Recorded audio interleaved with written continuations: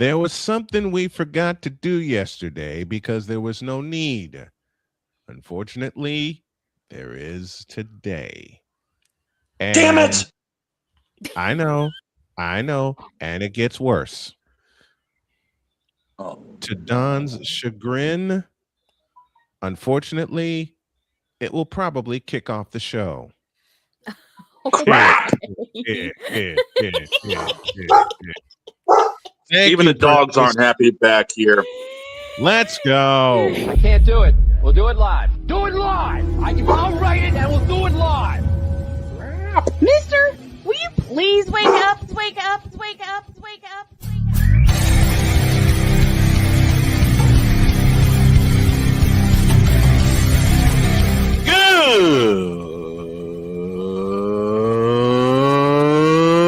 Good morning. Snowman here to all you Brock Purdy and San Francisco 49er haters. Shut up. I got to thank you, Shane. I mean, whatever happened to the games where breaking 100 points was, I don't know, unusual?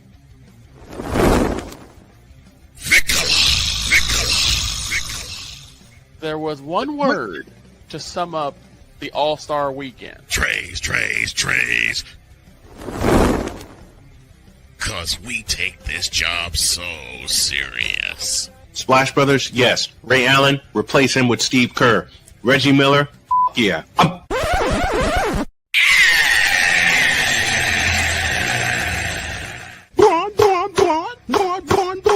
What in the all types of blue hell? Conan. I ain't drunk enough to taste this damn chicken. Let's go. Please don't ask. Please don't ask. One of these days, we're gonna Let's fry not. that seal like a chicken. Sushi! I'll bring the spices. Good morning. Don, bring the And seaweed welcome in. one and all to the tripped out Thursday edition of Snowman in the Morning. Glad to have y'all with us. No football talk until next week because next week is the Super Bowl. Where the hell has the season gone? Didn't we just start It's been this? upside down.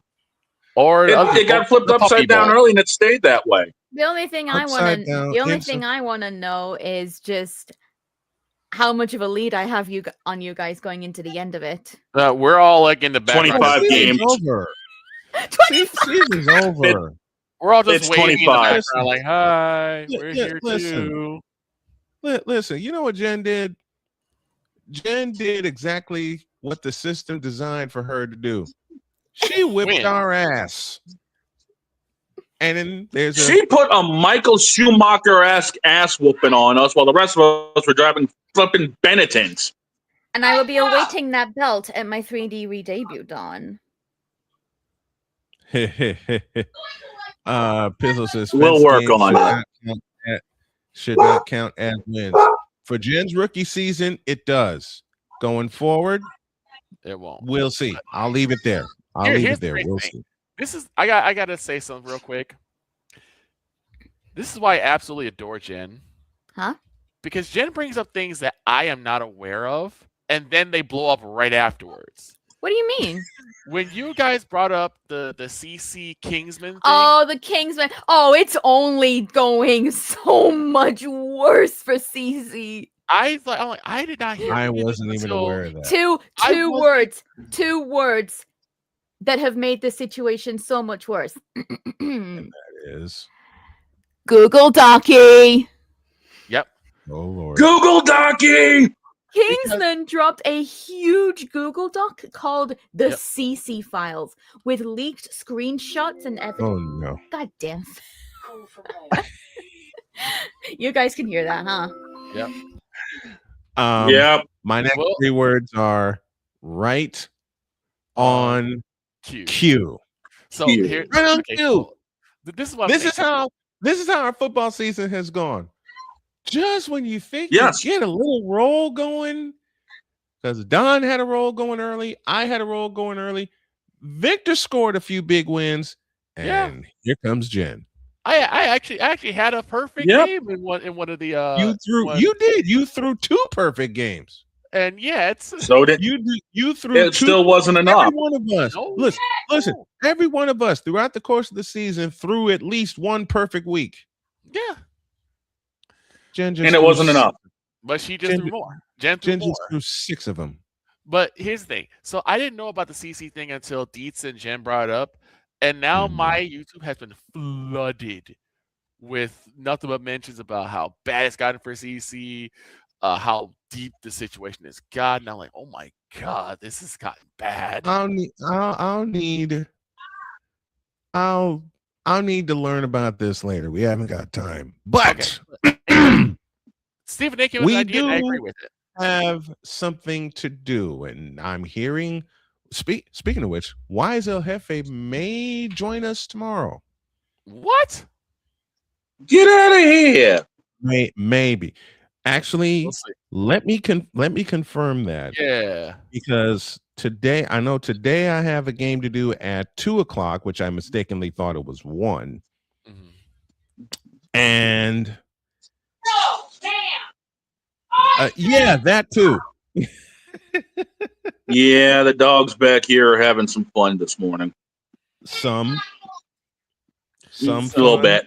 But here's the thing, and I think Little Stephen A- bit. so Stephen A. came up with an idea, and I agree with him.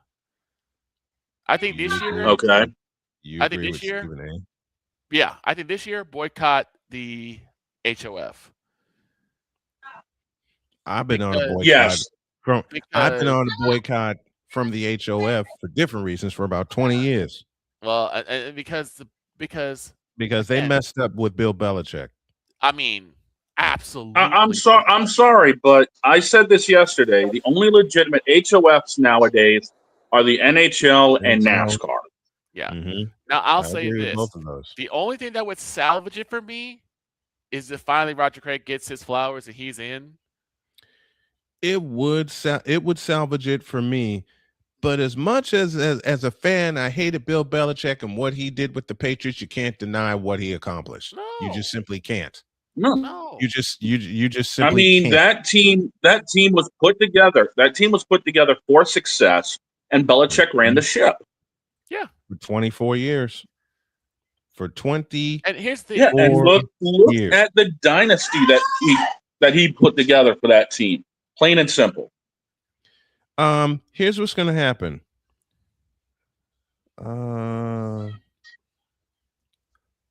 Oh my Lord. What? It's today. If I'm looking at this right. Wait, what? What's that? We're going to have an extension of the show today to welcome Wise El Jefe, which may mean we may have a 3rd hour. Okay, I'm down for it. I'm down for it too. I can't wait to bring Wise El Jefe back. And I have his intro. I have to make an apology for Wise too. No, you don't. Why? Because when he was on Shooting Lights Out, I brought up a name that absolutely should not have. Oh no. So, What did you do? What name did you drop? Mr. Witless, Bum Trash. Now you need to apologize to me. Yeah, you're right. I apologize. You need to apologize to me for that kind of bullshit. Yep. We're on radio today. We're on radio. be nice. We gotta be careful. Yes. We gotta be nice. WQVZ joins us. WJKS joins us as well. The Empress returns. Okay. And there is I a do look on her apologize for that.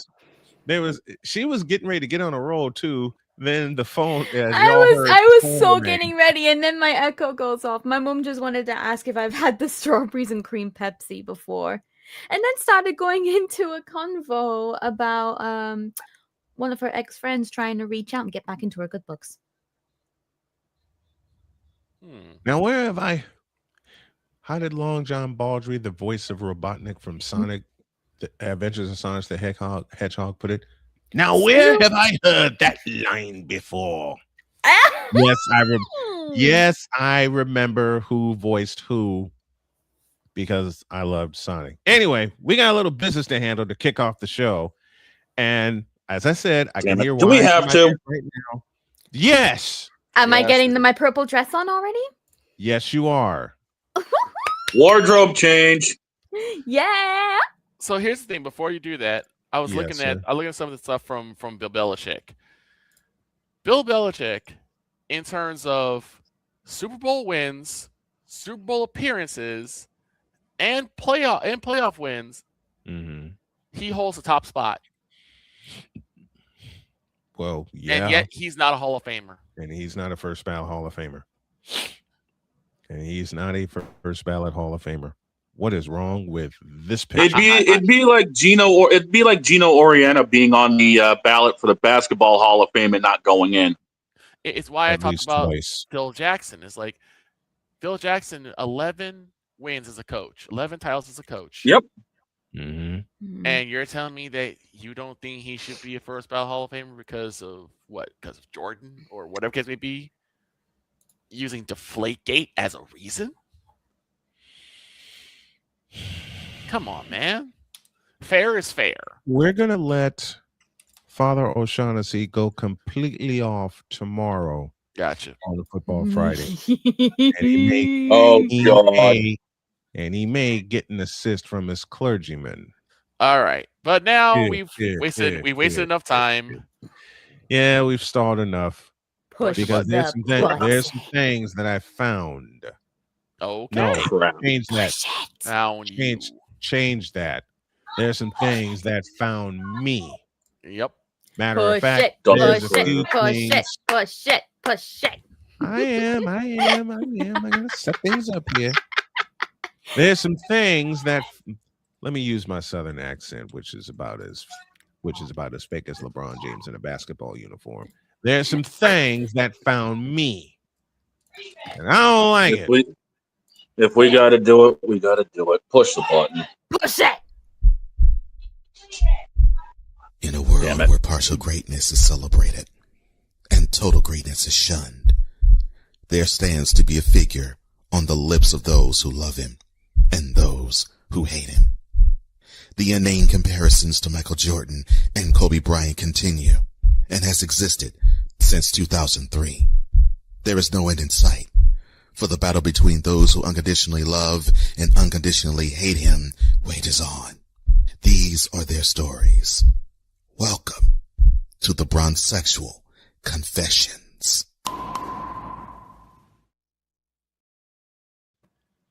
Empress, you're going to have to forgive me. Give me this camera. Oh, come on. Here we go.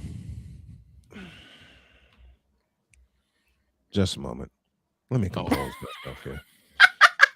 Why? You're going to get mad all over again. I know that. Now give me this camera.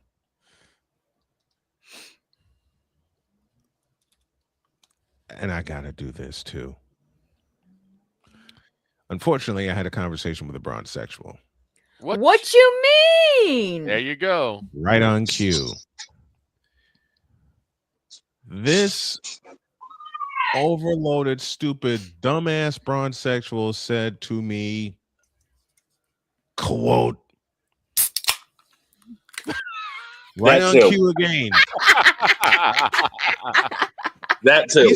Hey, I thought if it made him a little less mad, it would be good. Perfect. That was a perfect. There you go. I'll try this again while I'm laughing.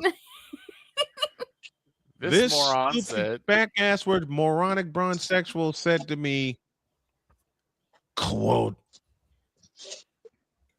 Michael couldn't compete in today's NBA. Oh, that conversation. Oh, God. Well, I'm not. My God. I'm not as taken aback because I've heard. Before you go in, Victor. Go ahead. I respond with the words of Cole Johnson. That's a lie. You're not wrong. Once again. That's a lie. And oh, hell no. There's a Cole Johnson-ism that you're missing, Snowman.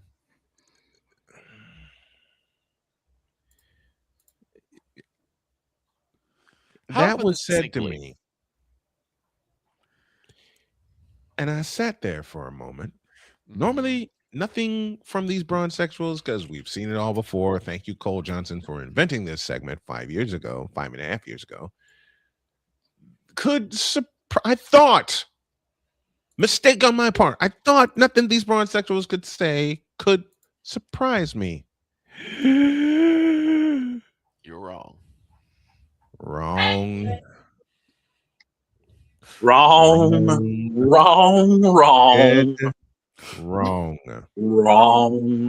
You're wrong. In the immortal words of the late great Bob Barker, that's dumb. The price is wrong. That's just wrong. That's just stupid. And then I get a notification. That's what we call general dumbassery. Yep. That's general admission dumbassery. Then I get this, and Ryan McCarthy said it best. With the amount of trash talk that MJ did before the game, today's players would melt into a puddle at tip-off. Give an example. The date was April 14th, 1987. Scene of the crime, Chicago Stadium. Michael Jordan, dressed in a shirt and tie, walked into the Atlanta Hawks locker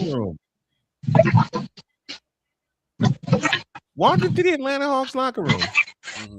He walked past Dominique Wilkins. He walked past Cliff Livingston. He walked past another player, Antoine Carr. And he stopped at a fella named Randy Whitman. Okay. College ball at Indiana. Right. What he told him? What? Let me do this right. Let me pay some homage here. Okay. He said to Randy Whitman, we're talking about the king, said to Randy Whitman, quote, lace him up, it's going to be a long night. Close quote. Know what MJ did that game? What was it? 61 points. Oh, the 61 game. What are we talking? Trash talk? One of two times MJ dropped 61 that season. 2 times. This you. Mr. A Pizzle. Thank you, Victor. The best trash talk was when they said to Larry Bird. Who cares about Bird? We're talking about MJ right now. What he did to the foul. Oh, he can't go left. He can't go left. He can't go left. When Bird walked into the locker room and said, I'll play the whole game left-handed, and dropped 50 on him. He dropped 49. 48. Portland Trail. And that was left-handed. All right. That was the best. That was one of two time MJ dropped 61 in a game. The other victim, the Detroit Pistons. Which leads me to another dumbass. Oh, no. And I'm calling dumbasses out now. By the name of Donnie Clark. Double dummies. Donnie Clark. Drop this. Okay. With the caption, "The truth hurts." Oh, when God. Of all people, JJ bleeping Redick. Time. Before you go any further, I'm sorry. Whenever someone says the truth hurts or truth or facts, you know a lie is coming right afterwards, right? Oh, I got the button ready. Go ahead. I got the button ready. Come here. Donnie Clark dropped a picture with a quote from JJ Redick. None of my stuff. Stating. Yep. And the quote and the Redick quote said, and I hate doing this, quote, Michael Jordan competed in a watered down NBA. Oh, Lord. Close quote. To both Donnie Clark and JJ Redick, where's that button? I offer 2 words. That's a lie. And I offer the words in a question from my buddy Chris Dietz. What are we doing? I don't have to say any numbers. I don't have to say any accomplishments. I don't have to say any part of MJ's legacy. All I got to say to you, Donnie Clark, in a form of a question, is: do you actually watch the game? The silence not. bears the answer. Now This moment of bronze sexual stupidity is brought to you by Hooked on Bronix. When you start talking like an idiotic bronze sexual, Hooked on Bronix can set you right. Call 1-800-UK. Real LJPM, now approve all this. I was kidding when I muted Dietz's mic earlier, but I love that trash talk story where the Portland Trailblazers stupidly said you can't shoot left-handed, and he went into the Memorial Coliseum in Portland, Oregon, 49 on their ass. Here's another little fun little nugget, because I decided to piggyback on it, because I saw something that was crazy too. So there was a video between I'm ready. teammates. Paul Pierce. There was a video I watched between two players that were teammates. Paul Pierce and Kevin Garnett and KG. And Paul Pierce stupidly, stupidly said, quote, Michael Jordan had a limited bag. Yes. Close quote. Yes. Now I'll need my other button over here. You stupid. You stupid. Do you even think? No. Yeah, watching. Do you even think? I'll answer that. No, and I'll leave it there. No, mind you, this guy shot a basket in his own hoop several times. Right. You want to talk about that, Paul Pierce? Do not remind me of that Joker. You want to talk about that, Paul Pierce? Now, Paul Pierce played at a Blue Blood in Kansas. Yes. Did win a championship with the Boston Celtics, 2008. Yep. I asked you a question, Paul Pierce. What the hell have you done since then, besides one more appearance? I'll answer that for you. Not a damn thing. Nothing. And you got the nerve to say that Jordan had a limited bag? You had no bag. His limited bag can cross you over, tie you in knots, and leave you on the sideline in the blink of an eye. And don't let Michael Jordan have the flu.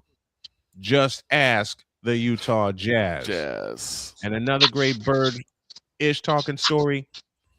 86, 87, 88 three-point contest. He went to the whole roster and said, which one of you is finishing second? Because he won them all.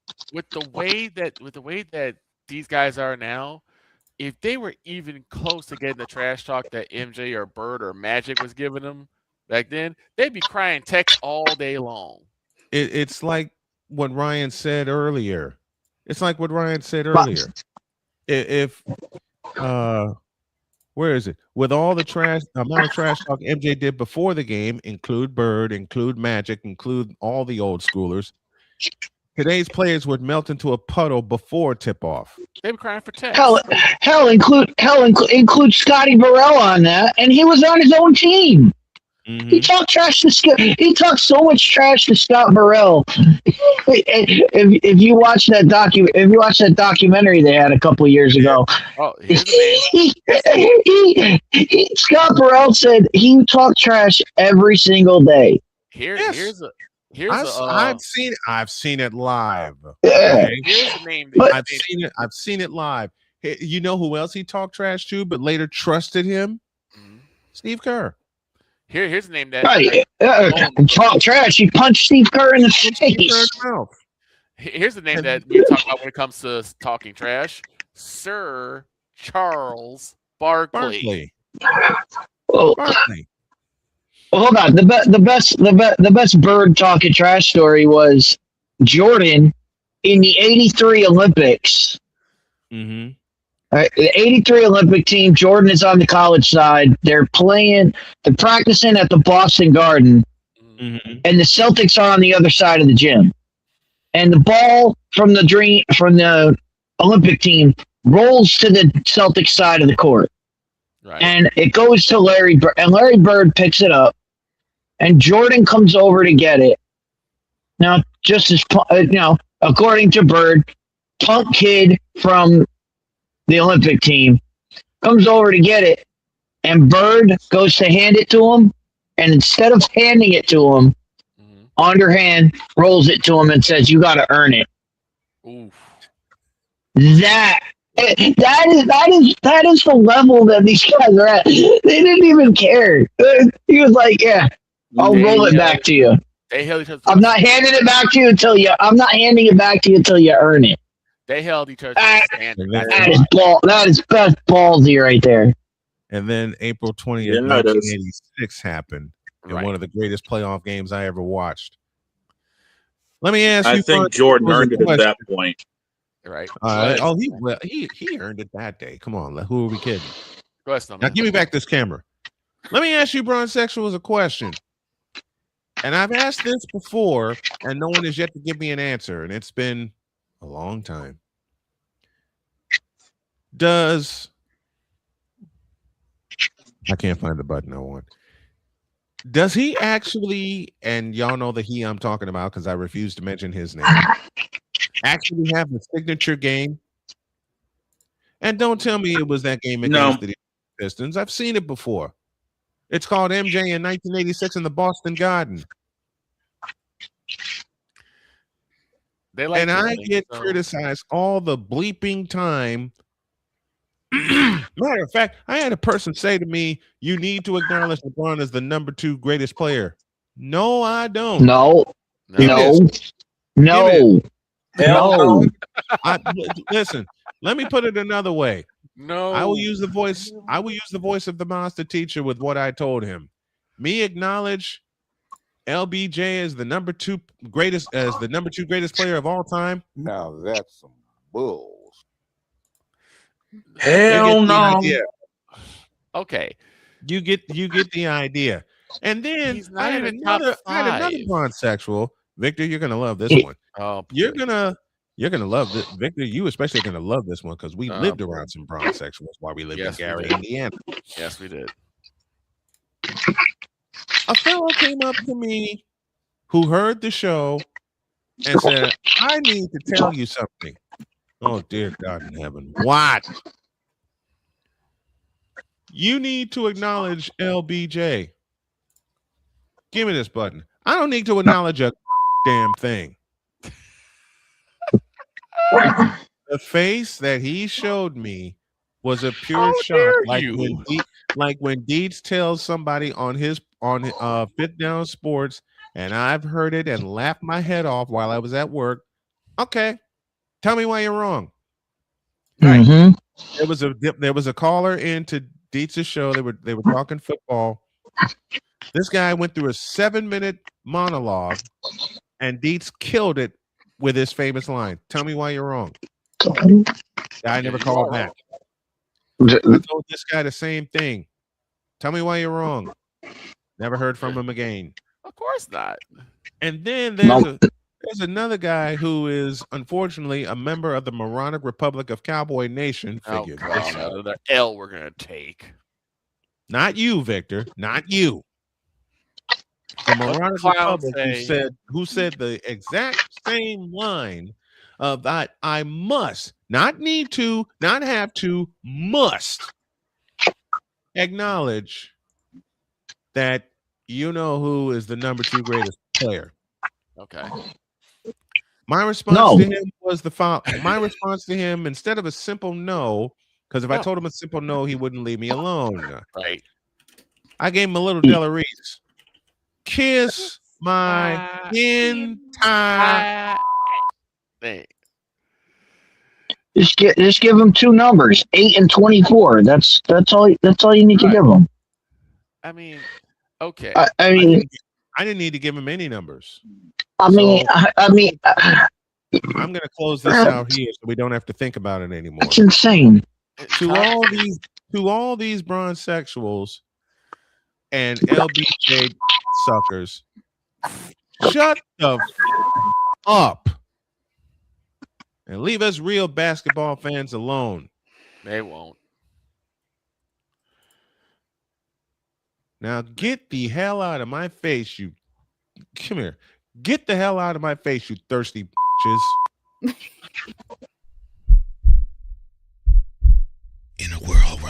and sense flies completely out the Because yes, LeBron, it is you. It has always been you. It always will be you forever and ever. Amen. You need to retire 10 years ago and you needed to go away 15 years ago because you ain't you won't be worth as a basketball player. You the basketball you play, the basketball you stand for, you're foolish. Your basketball game's foolish. It's full of holes and it's full of everything else you can think of. Holy! And this is going to be a short later. Holy crash out! Get out of my face, you thirsty bitches. In a world Yep, this is a short later. flies completely out the window, while purple and yellow glasses are donned. Rises a fig.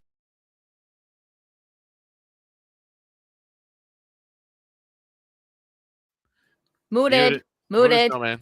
Mooted. Doggone you, StreamYard. Dear Bron False Sexuals, start. you. Dear Jeannie Buss for ruining the Lakers, you. Poor Jeannie. She can ruin the Lakers. She can ruin the Lakers all she wants. Go right ahead. I'm not gonna stop. I'm not gonna stop her on that one. I'm not either. Now, as the original went, dear Bron Sexuals, you. Dear Facebook for a while Bron Sexuals on, you. And dear that 4-letter network for putting Braun on in 2003 and shoving him down our throats and up our asses for the last 23 and a half years. You, and a whole lot of you. Now, for the last time, now get out of my face, you thirsty bitches. In a world where logic and sense flies completely out the window, while purple and yellow glasses are donned, rises a figure who encourages ridiculous, undying loyalty. Good Lord, I'm about to throw up. This has been yet another installment of The Bronsexual Confessions.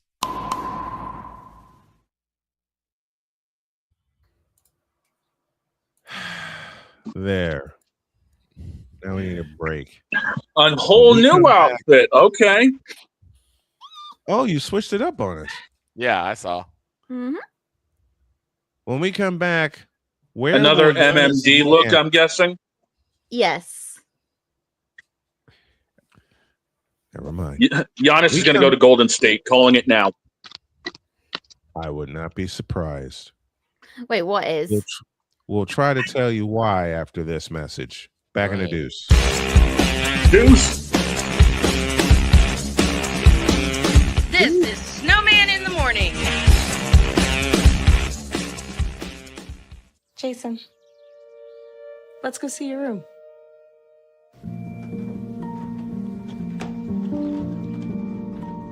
What do you think? We kept it a little spare so you can decorate it how you like.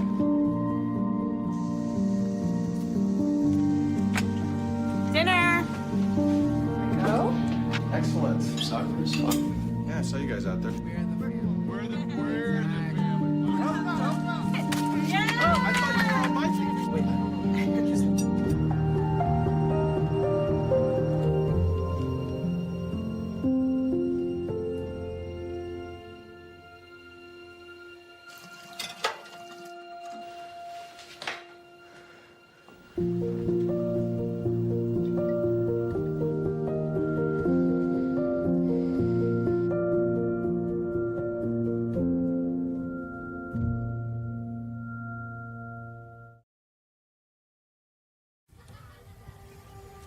Owen, let's talk for a second.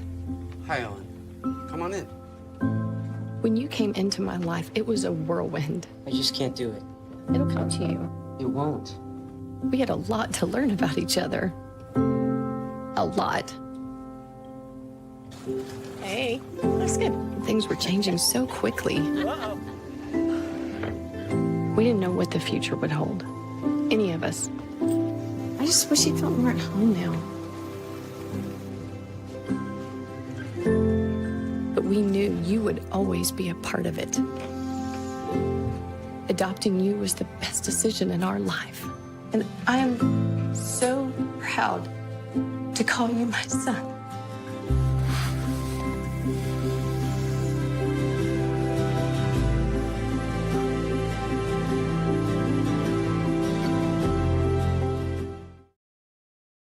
Whether it's news, the largest egg producer finds bird flu in chickens at a Texas plant, weather, devastating tornadoes rip through the heart of the United States, inspiration, a breast cancer survivor completed the journey of chemotherapy, and now begins a future one of matrimony, or sports. Michael Jordan is shown on a photo with Diddy. LeBron James has a video extolling the virtues of a Diddy party. This has been yet another beating a dead horse presentation. We got you covered. BS3 Network, in association with Comey Media Incorporated, proudly present The Morning Shift with Cole Johnson. Live every weekday at 8 a.m. Eastern, 7 a.m. Central.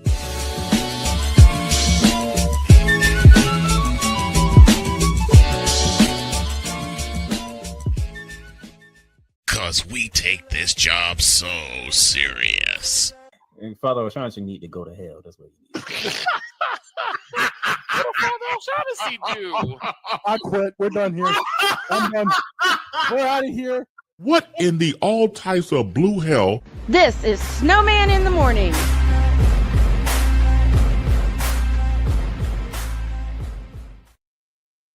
I still don't know what I did to deserve that. Deeds, I love you, but I bleeping hate you for that comment you made in the back. Sure, identify to everyone that I'm the only one in the bunch. I mean, you didn't lie. You didn't lie. Okay, you didn't lie. But I bleeping hate you for that joke. Okay.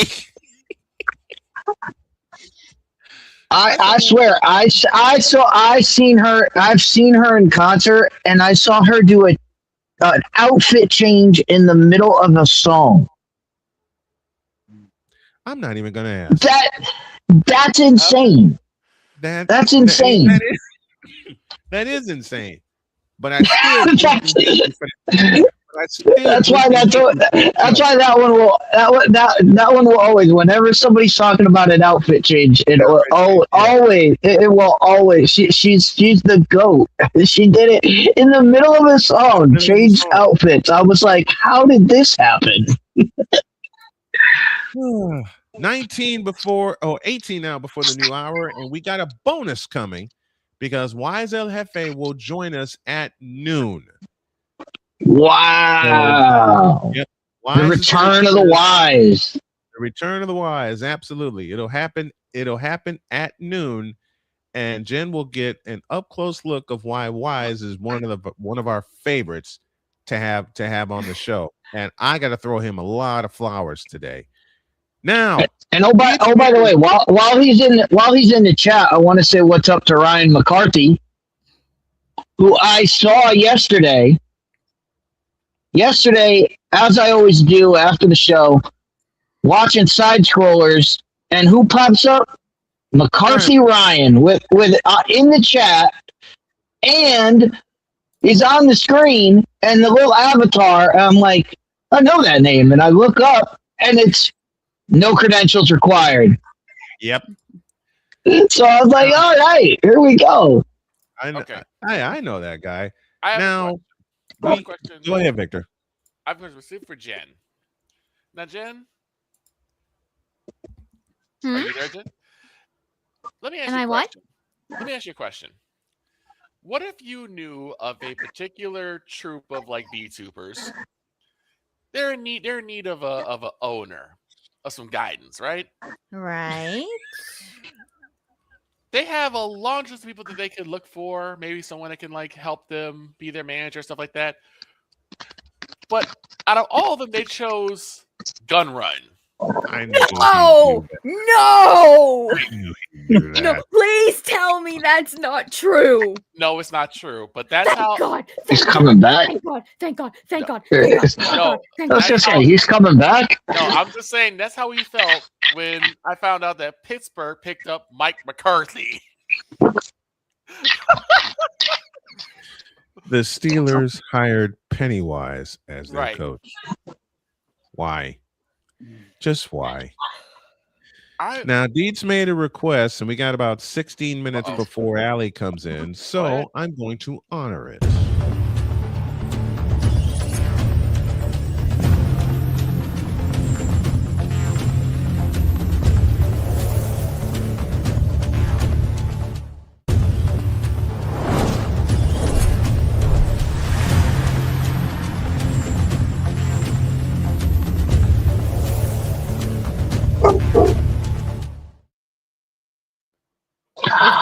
All right, Deeds.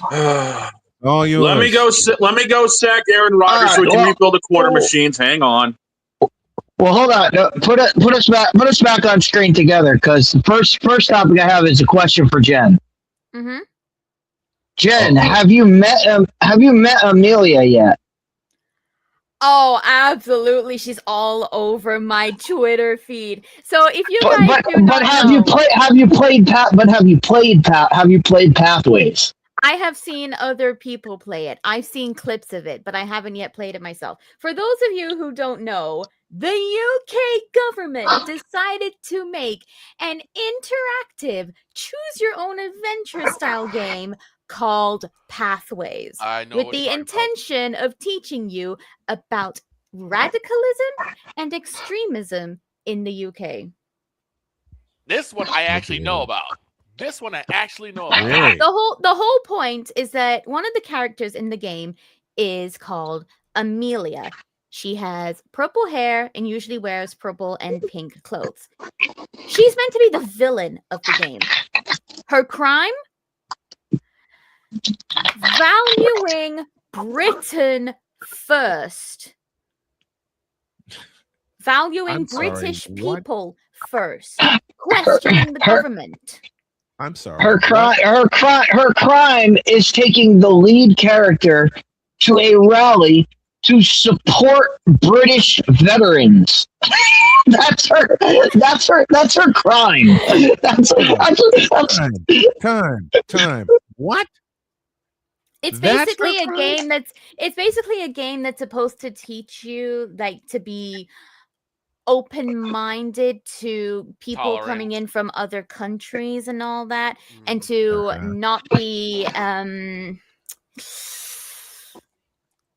do I say it without getting in trouble with the radio stations? Just that R word we talk about a lot. Use a bleep when necessary, please. Because if it's what I think it is, I don't have my voice mod up. That's all I need to know. It's a game that is. Let me just put it this way: if you go to the rally with Amelia, the game ends with you getting arrested for hate speech. Yes. Yep. Excuse me. If you go, if you go, that's if you go. If you don't go and you go through the rest of the game, the game ends with the main character being sent to re-education camp. Wow! It is the biggest piece of propaganda you have ever seen. But again, Amelia was supposed to be the villain of the piece. But it completely backfired on the government. Look what the and they had to take the game down and retool it for 2 days because people were making memes of Amelia and the AI Amelia stories. She became the face of the game, and she was supposed to be the villain. I have seen so many videos, like AI videos of Amelia doing like her propaganda videos where she's like, "Hi, I'm Amelia, and I love Britain. I like having fish and chips and a pint of beer at my local pub." Mm-hmm. Look, Jen. All I'm saying is, wherever they found the girl to play wherever AI found that girl who's in the Amelia videos. Spectacular. She is one of the hottest girls I've ever seen. Here's the funny thing, right? She is amazingly hot, and I'm like, where? I always ask these questions every time somebody shows a new one. I'm like, where are they finding this girl? Like, how is this girl not like a mainstream actor? I have no idea. Okay, Makes no sense. Ryan, here's the thing. I live in the UK. I know the things that are going on with my government. And I can confidently say the whole thing about Britain turning into 1984, it's not an exaggeration. It's real. It's real. The funniest thing I ever saw was Amelia saying she was going to rally the troops. She got Edward Kenway. She got Laura Croft.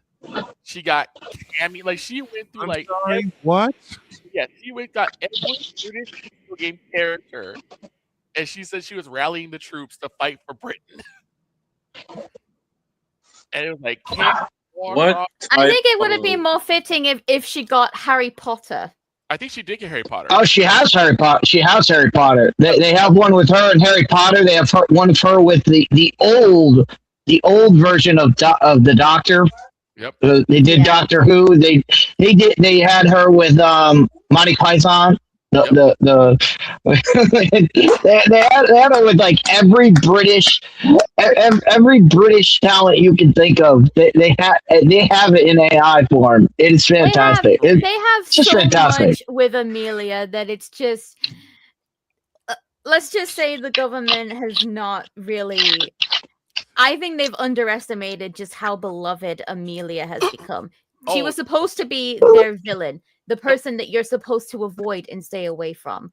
But the internet has turned her into their wife. Here's the problem. I think the issue is that here you pick between either rallying behind veterans and Britain or re-education.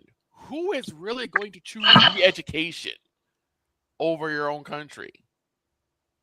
I don't understand that. Exactly. So that was the first thing. The second thing. Hold on. The second thing. Let's move this along because we don't have much time because we got Allie coming up. As much as I would love to just talk about pathways and the British, there's an even bigger disaster. There's an even bigger disaster out there that came out on Tuesday. Time. I already know what you're saying time for. Yep. Really? It's not. Go that's on, dude. incorrect, but go ahead. It's. You know what, Damien? Amelia is what? I hate making this joke, but I'll do it anyway. Damien, if Amelia is the Colin Kaepernick in the virtual life, then you are LeBron James in real life. No, I wouldn't go that far. Amelia is 10 times above Colin Kaepernick in any of that. So, but anyway, Damien, just I am kidding while making that joke. Go on, Deeds. Victor, you saw the Game Awards. And of course, the Game Awards ended with a commercial for High Guard, the next big first-person shooter. That has flopped. On Tuesday, it opened to 93,000 players in-game. Yeah, like I said, it flopped. And that was at 2:00 in the afternoon when it launched. Massively. By 8:00 that evening, it was down to 16,000 people playing the game. And you know what that tells me is that just how bad that game was, because usually around 2:00 in the afternoon, it's like, okay, maybe people are working, people are like out, so they probably don't have time to actually sit down and play the game. But by 8:00 in the evening, everyone's pretty much home. Those who are playing games have already been playing games for a bit. So how in the world do you go down They lost 63%. 63% of players dipped out of the game in 6 hours of playing it, and currently it is at 10,000 players in game. Gee, I really wish Xify was still a thing.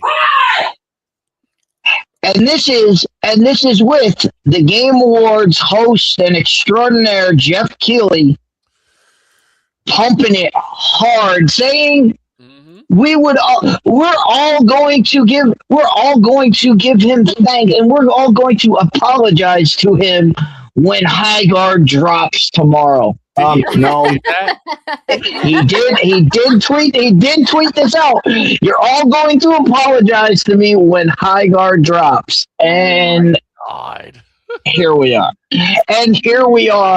And everyone that has played it, everyone I've seen play it, everyone that has played it has said this game is garbage. But even worse than the game itself and the drop off in players is the media and the journalists shilling for this game. Yeah, I saw. And calling out one of my favorites, Vera Dark. Everyone needs to just stop listening to slop tubers. Like Vera, who played the game for 7 hours on her stream, right, and then commented on it. And if you want to match up her comments, if you want to match up her commentary, you can go back and watch her playthrough and see exactly where her commentary comes from. Because she played the game. Played the game, and she showed you that she played the game. I got one for you better, Deets. So have you heard about 1348? No. So there are two medieval games. One is called... Oh, yes. I know the story you're talking about now. Yes. 1348. Now, Jen, there are two night games coming out. One is called 1348. The other is called Knight's Path.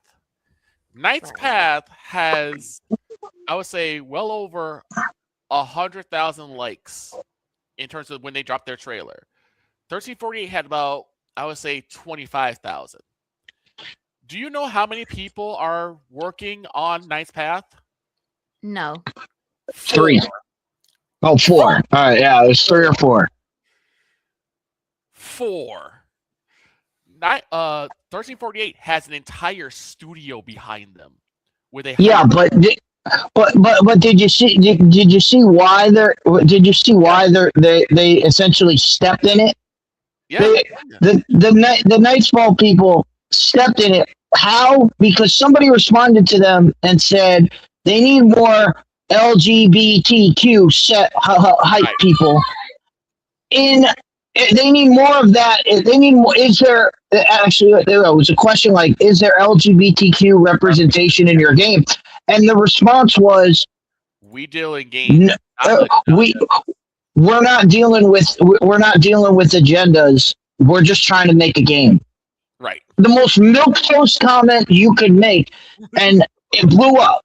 And it blew, and everybody, it angered everybody on the other side, and then everybody that was like, "That's the most base comment ever.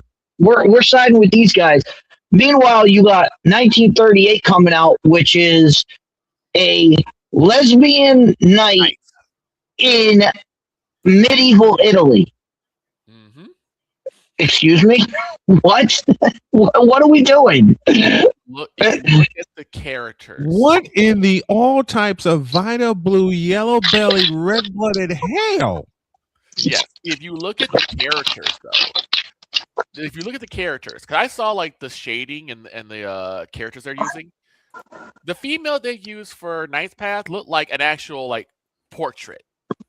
It looked like an actual person taking a portrait. The one on 1348 looks like something from PS2, like Alpha. But that's bad shading. It was horrible. The characters look bad, but that's kind of Victor brought up the point where I was kind of going with this. and where I was kind of going with the whole high guard situation, because you have the media coming out and saying, "Oh, internet. If there weren't internet trolls, high guard would be killing it." And it's like, no, like, and my pushback to that is, what about Silk Song? Silk Song came out. Silk Song dropped. Silk Song got yelled at by the same journalists because Silk Song dropped in like a day and a half. There was no marketing to it. They just dropped the game and they were like, "Here you go," and everybody played it online and loved the game, and it went gangbusters. So you can't tell me that the internet destroyed something. Go ahead, Jeez, you're forgetting two key things. One, Silk Song is a sequel to the already beloved Hollow Knight, so it at least had that going for it. Two, the reason game journalists were mad were because I believe the studio behind it is called Team Cherry. Yeah. They decided to not give early access to the game journalists. They made it fair ground, level ground.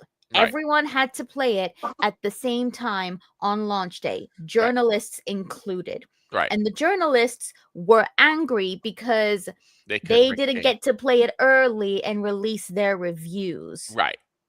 So here's a little funny little tidbit. Now I'm going to ask both you guys.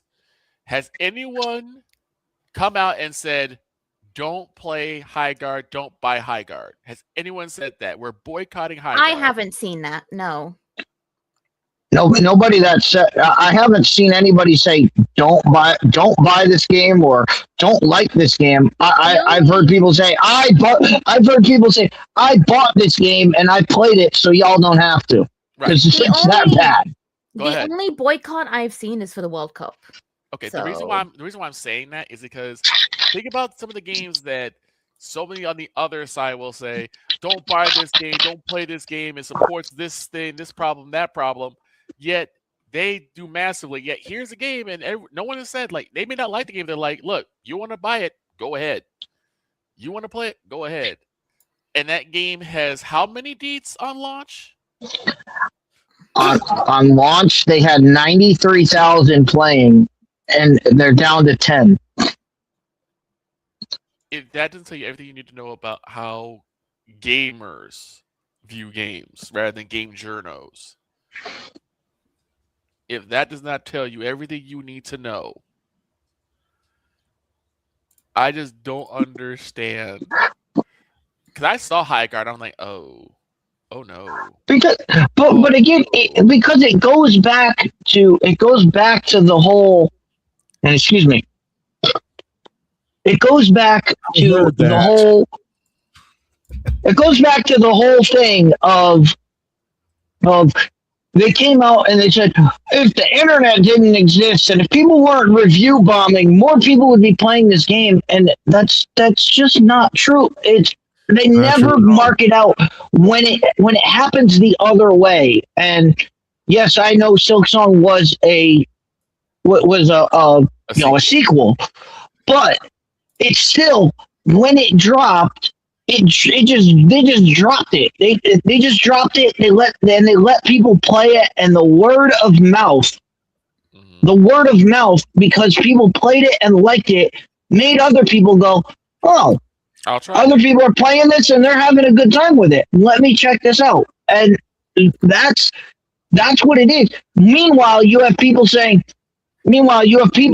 while everyone's running from High Guard, you have journalists saying, "Don't run from this game. It's a really good game." And then you watch people try it and they're like, "This game sucks." Right.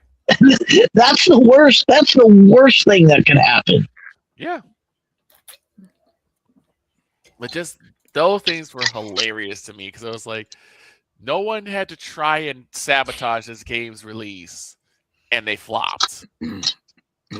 Everybody do that. They got the prop of all props. They got the final image of the Game Award. They got the final image of the Game Awards, and to come out and do this. Well, People realized what they were getting. They were like, "Nope, not for me." Not for me. Now, what's your question, John? I forgot what I was gonna ask now. Oh. Let's close the arcade and take a break. Someone's waiting.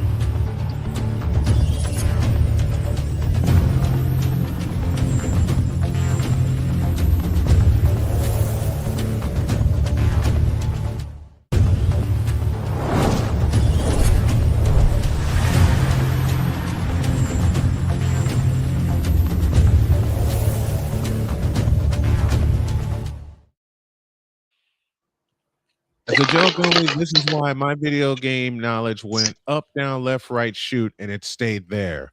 Take a break. When y'all come back, the Winds of Chicago will bring us Allison Moran. And the first question is going to be, as Deej pours himself a drink to get ready for Allie, Dr. Pepper. Can anybody stop the Yukon Lady Huskies? I'll answer that for you. No. No. Second hour, Snowman in the morning after this.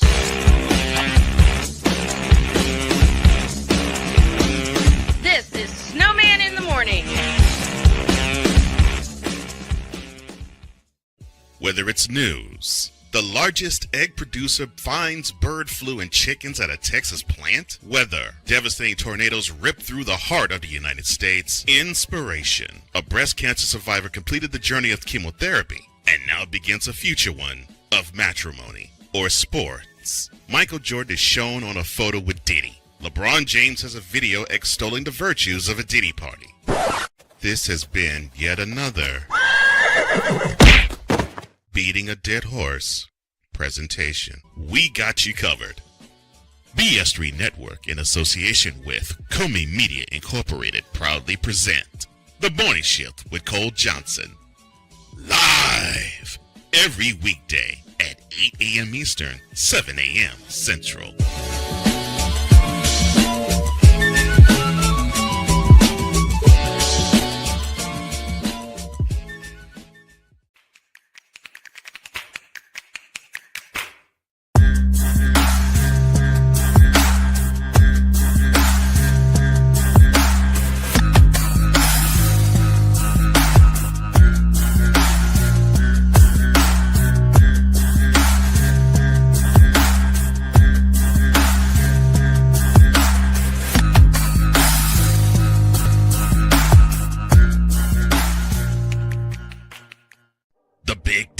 You can say you're not impressed. You can say you're not happy. You can say all these things, but no, whatever the case may be, the Buckeyes are on top of the football world. And it's just where it is. The SEC. And what does Georgia do? Well, as a team that has a championship pedigree would do, they came out full guns blazing, just like a tested SEC team would do. And Big 12. That team right there that is ranked 15 that put up 45 points.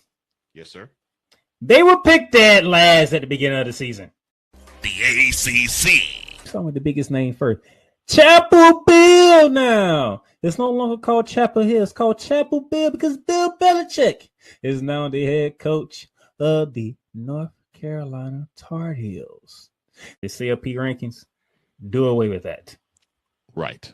Do away with it. Bring down the gridiron on the Playmakers Blog Network YouTube channel and where you can find podcasts.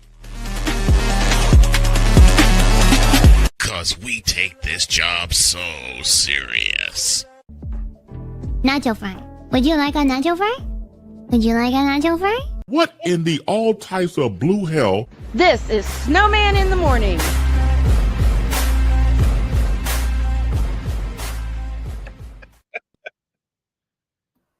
Nacho fry. Would you Yesterday, like a nacho fry? I had some nacho fries yesterday. I cannot first wait thing to get I my thought- hands on some. I cannot wait to get my hands on some cheesy chips in South Korea. The first thing I thought of was that bumper when I had my nacho fries yesterday. Not so All far. right, we owe you an ID. We owe you a set of IDs for everyone listening in the region, across the nation, and around the world. This is Snowman in the Morning. You're listening to WJKS-DB. You're listening to WHDR-DB. You're listening to WBWS-DB. It's the Worldwide Sports Radio Network. You're listening to WQVZ, 1700 AM Mission Radio. Chapel Bill now. You like that? You like that? And Jen's reaction tells the Really? You like that? You like that? Chapel Bill. Why? Just why? I'm gonna work you into the station IDs. I quit. Don. I quit. You can't quit because I'm gonna work Don into the next one. And I'm that sorry, drops what? Tomorrow. I'm Somebody's sorry, waiting what? for us. Don't you? I'm sorry, what me? You heard what I said, and I ain't taking it back. Somebody's waiting for us in Chicago. Like I said, I'm sorry, what?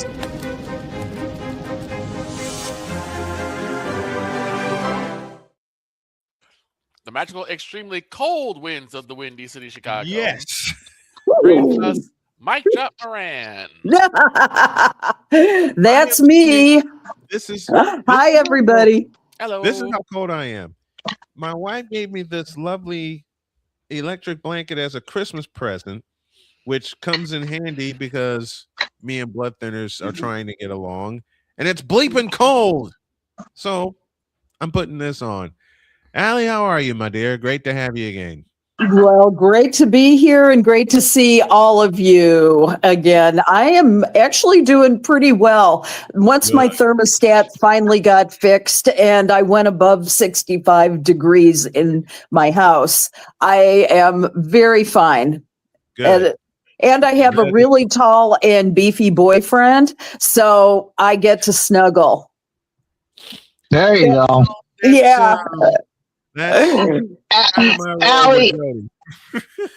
speaking of the cold. Yeah. While I was digging out of a foot of snow on Sunday, all I have to ask, what the hell happened in South Carolina? They took their eye off the ball, baby. South Carolina did. The undefeated Vanderbilt. Yeah, they are is no longer the undefeated Vanderbilt.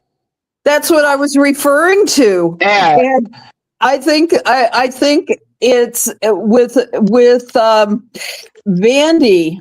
I mean, they've had a dream season.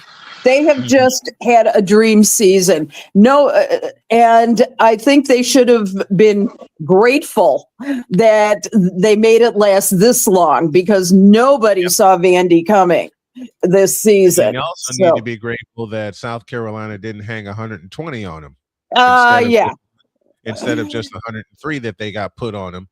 When they Vandy came out and just couldn't match South Carolina, and actually South Carolina in a down year was still. I mean, it. Let's face it, Dietz. It wasn't. What was that? Did you? Sorry, he did it again. Boy, I would have. It's what happens when I'm drinking so much. I'm drinking so much soda so I can stay awake. You gotta drink coffee. Coffee does not make you burp. So I can't. I'm not. I physically cannot drink coffee. Oh, I'm sorry. I'm sorry. When I was 2 years old, I was sitting on my grandmother's lap, and she put her coffee down. Mm-hmm. And me being a rambunctious 2-year-old, decided to grab her cup of coffee and not sip it, down the whole thing. Oh my God! Needless to say, needless to say, I'm trying to remember how they put it on the Nathan's hot dog, but I refunded that coffee real quick. And so every time, and ever since then, every time I have tried to drink coffee, I have like Vietnam level flashbacks, and I have to. It makes me want to puke every time I've tried. And everybody said, "Oh, you're it'll grow on you. It'll grow on you. It'll grow on you." Every single time I have tried coffee, the first sip, and I'm like, "Nope, this is coming. This is coming back." No, I totally understand. I understand flashbacks. I understand all of that. I had to get rid of the habit once and for all, because I had coffee in all forms. I wasn't even fully introduced to it until I had to go to the hospital, and they gave me that choice, and they coupled it with stevia. And Victor, I hate you for that, but I also love you for that suggestion at the same time. So finally, last Friday, I said, screw it. And I threw it all out. And you were smart. I actually started sleeping. Speaking of smart, to couple Dietz's question with what the hell happened in South Carolina, what the hell happened at Gamble Pavilion? I'm sorry, say that again. In what pavilion? Gamble Pavilion, Stores, Connecticut. Mm-hmm. Well, you know what? Which time, honey? I would lend credence.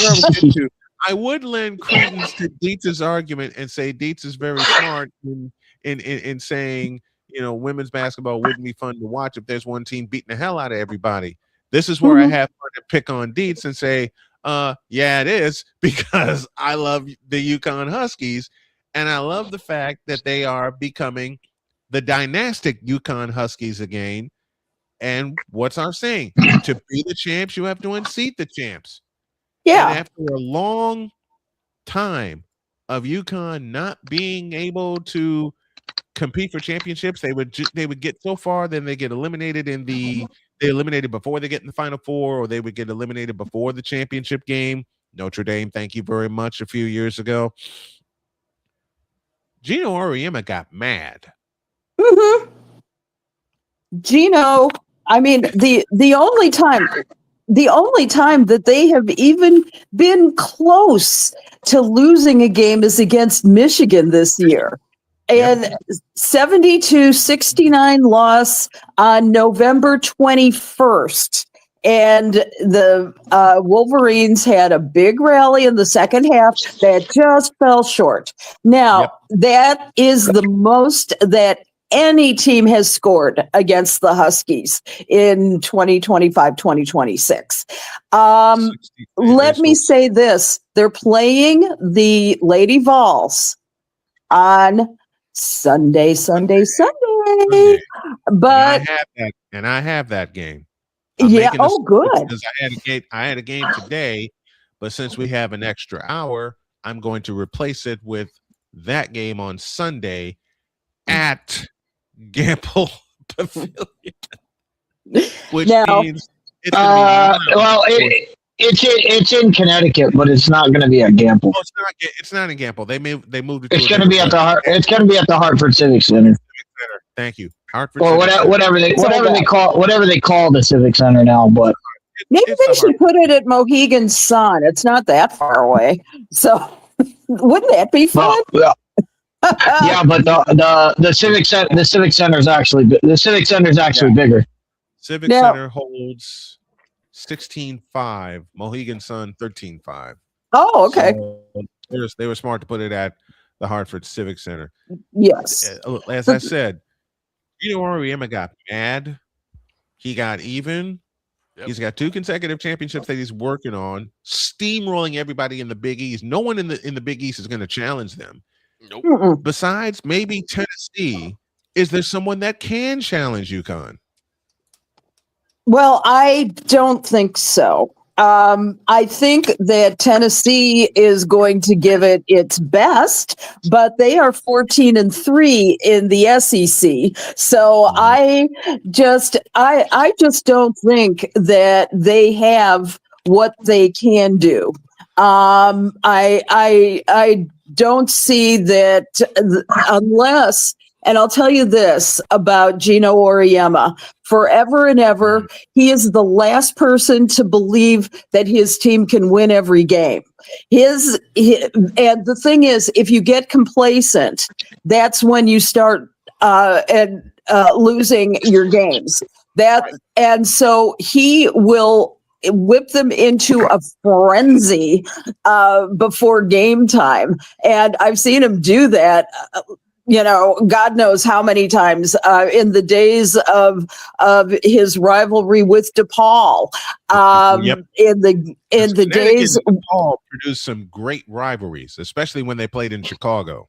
They were fabulous. And the thing is that this has ever been if anyone has ever experienced a game at McGrath Arena when UConn came to town, and I've experienced 3 of them. That joint will blow you. You would think a 3,500 seat arena would sound like the United Center. That's just how loud McGrath Arena got. Loud, anxious, nervous, excited. That's the kind of rivalry they had with DePaul, with who was coached by Doug Bruno for the longest time. God bless you. Hey, and Allie, you mentioned earlier in the segment. You mentioned nobody saw this coming from Vanderbilt. Yeah. Whose head coach is Shea Ralph. Right. Former UConn graduate Shea Ralph. Where'd she get her coaching style from? Wait a minute. Wait a Who could minute. it have been, right? You're absolutely right. Who would have thought it, right? Yeah, really. Well, there is absolutely nothing wrong with patterning your coaching style after the great Gino Auriemma, right? And so I think that's part of the reason why they have had such a wonderful season. They have simply never been in this position. They are number 7 this week at 20-21-1, I believe, something like that. And they're up against Florida on February 1st. Now, to get through the SEC, they were not going to come unscathed. Right. I mean, you got Tennessee in there, you've got you got a little competition, but I think this matchup, and I need to say this matchup on Sunday with UConn harkens back to the days of Gino Auriemma and the late great Pat Summitt, and the coaches. While they had a professional courtesy, they trash talked themselves throughout, and it was so delicious to watch that. It was one of the best and most fun times of the year. That was when UConn ruled, and there weren't that many contenders the way there are now. I still remember that from the early aughts and going onwards to Pat's very untimely death. It was one of my favorite matchups of the entire year. Now we can look forward to maybe another rivalry. I think it'll be a hell of a lot more civil. But I could just imagine you guys know this because you guys have covered basketball games. Could you imagine sitting at that table trying to focus on the game, and you got Pat Summit on one side screaming her head off, and you got Gino on the other side of the table screaming his head off. I could not imagine trying to pay attention to the game. Like, you know, one guy screaming at his team, the other team screaming at them, she's screaming at her team, and they're all screaming. And you're just like, what am I doing? How am I playing this? How do I do this? Yeah. You know what I'd have to do? I would have to put a microphone. If I was doing a play-by-play for that game, I would have to put a microphone on both benches. Oh no, you'd get like 5 words out of the whole speech because every other word would be bleeped out. Every other word would just be bleep. And it would be an extended bleep too. I have on my soundboard. 23 after the hour. Allison Moran is here with us as she is every week, and Allie put a note in here and said, "Look, Snowman, we never do the women's top 25. We need to do that today. I will honor that. And let's start at the bottom here. We'll go from bottom to top. So women's top 25, and number 25, we start with Georgia. Georgia. Well, one set of Bulldogs are out of range, and I say that Georgia's an emerging team this year. It's we also haven't talked about them much in the previous years. And what's that? I keep hearing noises. What? He's moving. It's called. That's me. Sorry, my headset. Yeah, adjusting a headset that I've had to do quite a few times. Gotcha. It's just distracting to some degree. It's one thing I love about this season in the NCAA women's is that you see a lot of new contenders. You see much more drama, which is going to bode well for all professional teams in the future. I am excited, really excited because now you're seeing teams like the Ole Miss Rebels at number 16. You know, I have never talked about Ole Miss in the entire 20-some years that I have been involved in college basketball. I've talked consistently about South Carolina, UConn, Tennessee. Let's see, who else? Consistent lately, Texas. Yeah, Texas, number 4 this week, and it's exciting. And the thing is that they did have back-to-back losses, though. Their first losses of the season to LSU and to South Carolina on January 11th and January 15th. However, they have emerged, and they haven't been that way since about the middle of the aughts. In 2000s when Gail Gerstenkers had the team. So this is great. I have concerns about the LSU Tigers at number 5. They are not as dominant as they were. They had an 0-2 SEC start, and in the middle of let's see. Then they won 5 in a row after starting this season. That included blowouts, though, last week, I should say, against Texas A&M and Florida. Florida. What's that? They blew out Florida. 89-60. Yep. That wasn't the comparison of let's say 97-39 UConn Huskies over Xavier. God.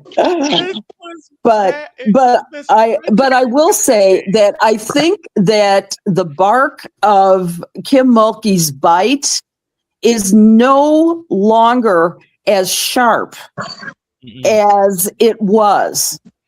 I'm just saying. Malaysia Fulwiley tied a season high against the Aggies. And I think, though, that this year there's been some pushback. And that's where I think there's been a problem with the way Kim Mulkey has done stuff. However, right now they look like they're back on track. Who is the surprise for you in the top 25 so far? Because I got a couple of them. And one of them is near the top, though they're led by one of the best players in the game. And that's UCLA at number 2, led by Lauren my Betts. Goodness. Yeah, let's talk. It's UCLA. My God. I'll tell you, I don't know where their recruiting has been all these years, but over the last 2 or 3 seasons, I've seen such an amazing turnaround with them. The Bruins, like, for example, they steamrolled Purdue 96-48, and Northwestern. I hate to even say this because it's so humiliating for Northwestern. 80-46. It's I mean, they just rolled through Champaign and beat Illinois. Yeah. And part of the reason this year, Gabriella Jaquez or Jaquez, I'm not sure what, she's led the Bruins in scoring in the past 3 games, combined 44 points against the Boilermakers and the Wildcats, and they've dominated all Big Ten play. They're facing Iowa this week. And they are the undefeated Iowa Hawkeyes. and 9-0 at this point. This will be their big test to see if they can continue on their great streak, or are the Iowa Hawkeyes, who actually have been number 8. Anything is possible. And interestingly enough, today they're playing USC. Yeah. So we're going to see how that works. They're having right now. The big question is going to be, how are they going to do without Taylor McCabe? Because Taylor McCabe last Sunday got an ACL tear, and so she's out for the season. Yeah. We will see. And she was their best outside shooter at 3-pointers. She had, get this, 49. 49. Here's a UCLA player that's very, very underrated because of the stardom of Lauren Betts. That is Angela Duga-Leach. Yeah, you're right. That's their Swiss Army knife. Everything rolls through Betts. Betts makes most of the decisions. But if you have to keep an eye, besides on Jaquez, you got to keep an eye on Angela Duga-Leach. Last year, her shooting was not good. She only shot 44% from the field. This year, she's over 50% from the field, 40 from 3-point range, and has gotten better, especially after learning how to team with Lauren Betts and the rest of those players. But man, an underrated player is Angela Duga-Leach from UCLA. You gotta watch her. I'm all for that. Definitely. Oh, yeah, Allie. Yeah, Allie, you know, in college football, everybody always talks about, it's the SEC and the Big Ten. And they have this argument all the time of, it's just these 2 conferences and it's nobody else. And then you look at women's college basketball, and yeah, UConn is there from the Big East. The rest of the top 20 is basically the SEC and the Big Ten, and nobody cares because we know that there's conference tournaments coming. Is it just because there's conference tournaments coming up, or nobody cares that it's just these two conferences? And I'm gonna love actually having a chance to cover the conference tournament this year. That's going to be the second part of March for me. I can't wait. The small ones, like the Sun Belt Conference, which I'm getting a hold of. Of course, we're going to cover the Big Ten. There's a couple of other conferences that we have on the docket. But the small conference, the ACC. Because it's basically non-existent right now. Right now. Well, without Notre Dame, who has fallen out of real contention this year. Dietz, I wanted to counter you with a few stats here. You've got the Texas Longhorns at number 4. In the SEC, right? You have that's right. You have Oklahoma Sooners in the SEC, and Baylor Bears. I believe they're going to play TCU, TCU Horned Frogs, and that's the Big 12. Yep. And so you've got a few from the other conferences. I just don't want to say that it's only the SEC and the Big Ten, because not everybody is at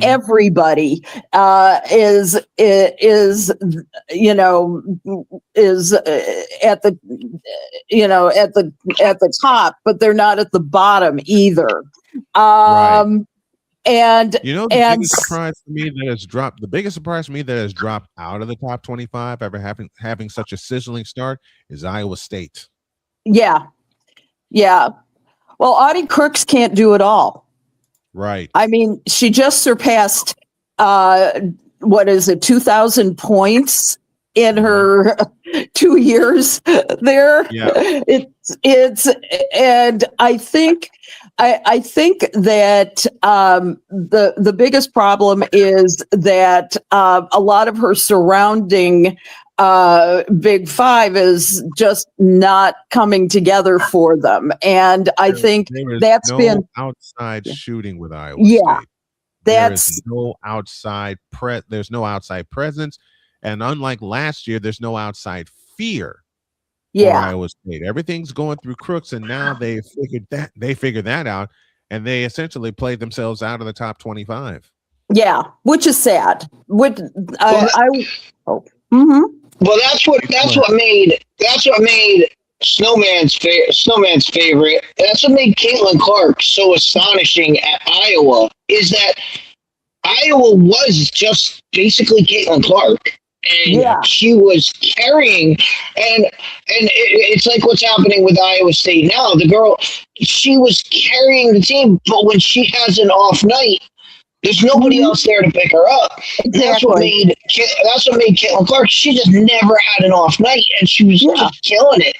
And then she ran into LSU, who had all these juggernauts, and had to take them on by herself. And that's what made everybody go, holy cow, Caitlin Clark can do this. Like, the Iowa State girl, she can drop 50 on a game. But then if she has a night where she drops 20, there's nobody there to pick that other 30 up. Right. Right. Iowa, there's a player that can pick that up that played along with Caitlin Clark. That's their big, Hannah Stuelke. Yeah. Hannah Stuelke is a double machine. Indeed, you bring up a great point. With Caitlin Clark carrying the Iowa Hawkeyes for 2 years, you just saw the emergence of Hannah Stuelke. You just saw the emergence of Kate Martin. They just started to emerge when Caitlin Clark was already in the other stratosphere. Now, with them being undefeated going into Sunday's game with UCLA, and that's the second game of our doubleheader. We're going to see how Iowa can play up with Dugalich, with Lauren Betts, with Jaquez, and these thoroughbreds that can run.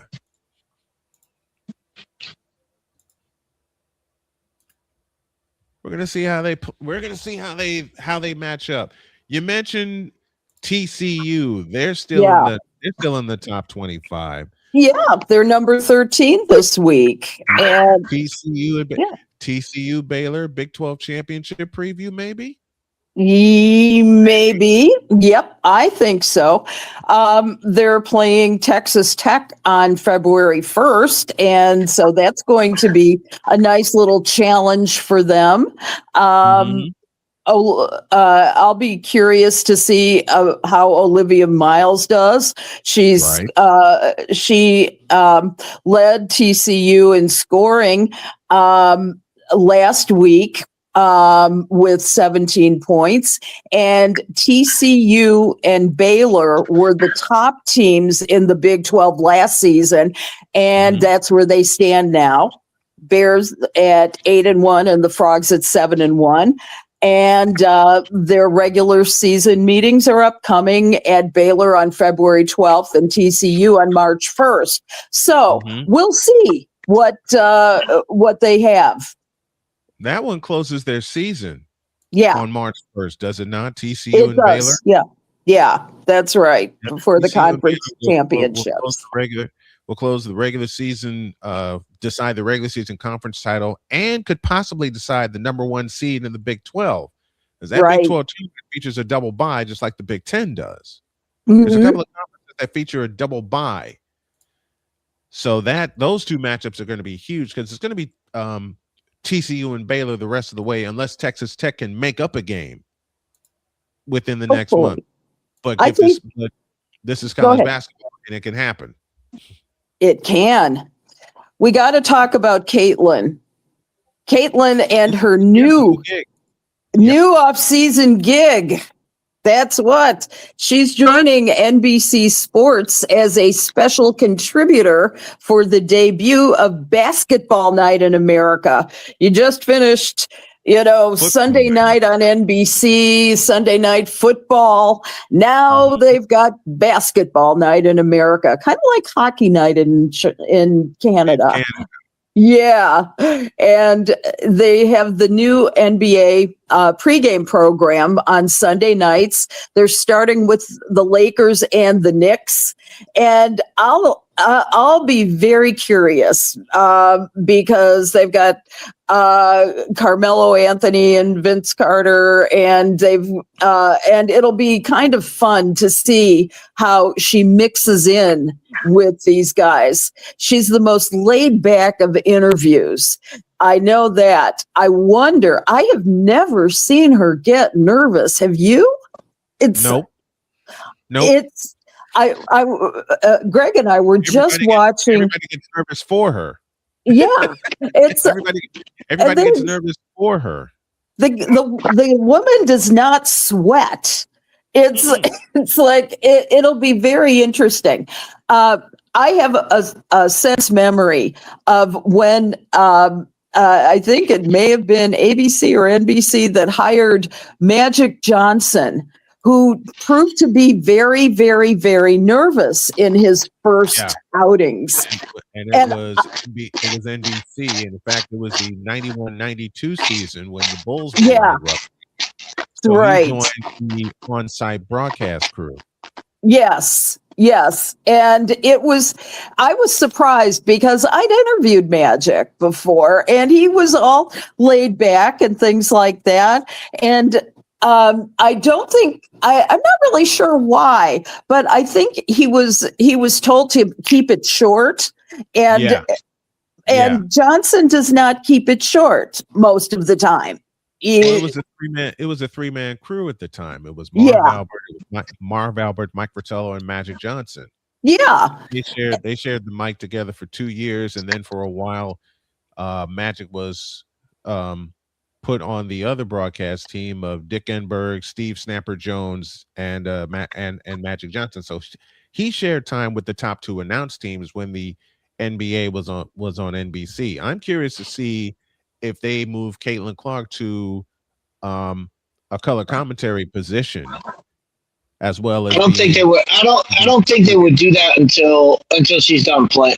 Until she's done playing, I think when while she's still playing, I think she has to be in the studio, and that way once she's not playing, then she can kind of work her craft. But what'll be interesting about that whole crew will be watching Maria Taylor try to point guard with Carmelo, Vince, and trying to get Caitlin. Like, she's gonna have to. Maria Taylor's gonna have to steer that ship to get Caitlin in.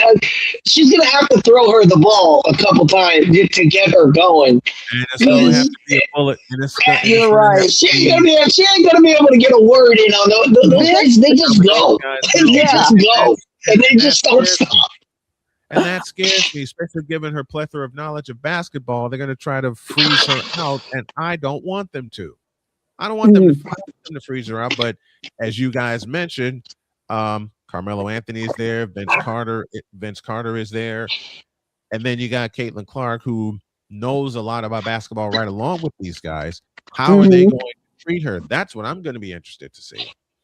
You know, I'm going to be very curious about what role they give her, and I'm excited too because this is a big gamble for NBC, and I'm kind of surprised that they handed it to Caitlin of all people.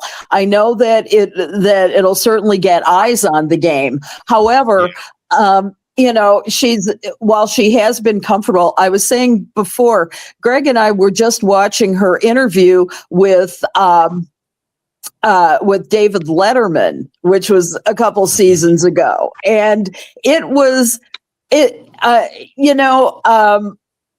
she was very laid back with him. And she's like, come on, give me the hard hitting questions, you know, but she was inviting it. She kept saying, bring it on. Yeah, exactly. And it was fun. So I think she'll be able to handle whatever role they give her. Ordinarily they do not set somebody like Caitlin up to fail. So I think that she can rise and do everything that she wants to do. I think she's going to be very Midwestern in her approach. I think she's going to be very matter of fact. I think she's going to have been well studied on anything that the Lakers and Knicks are in, are in need of. She's pouring into that research. She's pouring into that research. Already. She's pouring into it. Well, it's for every matchup. To answer Alex's question of why they went there, it's because NBC is smarter than that 4-letter network, and they know. Hey, we got the hottest thing in college basketball. We have the hottest thing in women's basketball. Let's put her on our lead show. Let's do that and capitalize on her popularity. Unlike her own league won't even put her as the face of the league. And NBC is like, no, come on and be on our flagship show. Right. Listen, the decision was too easy. Okay. Yeah. And as Dee said, and as I have said so many times over, and Allie, you've hung out with me when I said it, unlike the WNBA that don't prioritize the biggest player they've had in the game since Cynthia Cooper, Tina Thompson in that era, they're putting her where she needs to be, which is in the spotlight. And she's going to kill it. And I know she is. She's pouring into her research, getting ready for the Lakers and the Knicks right now. I don't want to talk about the CBA with the W because it's at a standstill right now. It is. We'll just start with the confirm rating slump of Unrivaled. Yeah, this is continuing. How did George Carlin put it? CTD, circling the drain. Oof. Yeah. I looked at Unrival's ratings this year as compared to last year. There are so many sound bites that come into mind right now, but again, I'll just borrow the words of the late great George Carlin, CTD, circling the drain. Mm-hmm. Why do you think that is? Really? I think it's no longer a new shiny thing. I think that also it's very hard in many instances to find TBS. I think the model that they built it on was more like a cable model. Yep. Instead of a streaming model. And the problem is, like, I don't get TBS on my streaming service. I Right. don't. So they've had a few games. I believe it's on Amazon Prime. So I've been able to get it there. But let's just say for the last week, for example, Unrivaled was on True TV. And this was their high point game with 0.03 of the audience, 143rd out of all programs. The next game, the Hive versus the Laces, only got 0.02 and was in 167th place. Now, you compare that with the WNBA, averaged nearly 1 million viewers per game this past season, even without Caitlin Clark. Yep. Now, they've got a big test coming up this weekend. There's a tour stop in Philadelphia, and it starts tomorrow night, 2-game slate, and it's going to be played at Xfinity Mobile Arena. And that has a capacity of roughly 17,000 to 19,000, and depending on the event. And the games, Unrivaled has said that the games are sold out, and resale prices were starting at $123 as of Wednesday afternoon. I think one of the things that they need to take a look at is their media rights deal. Yes.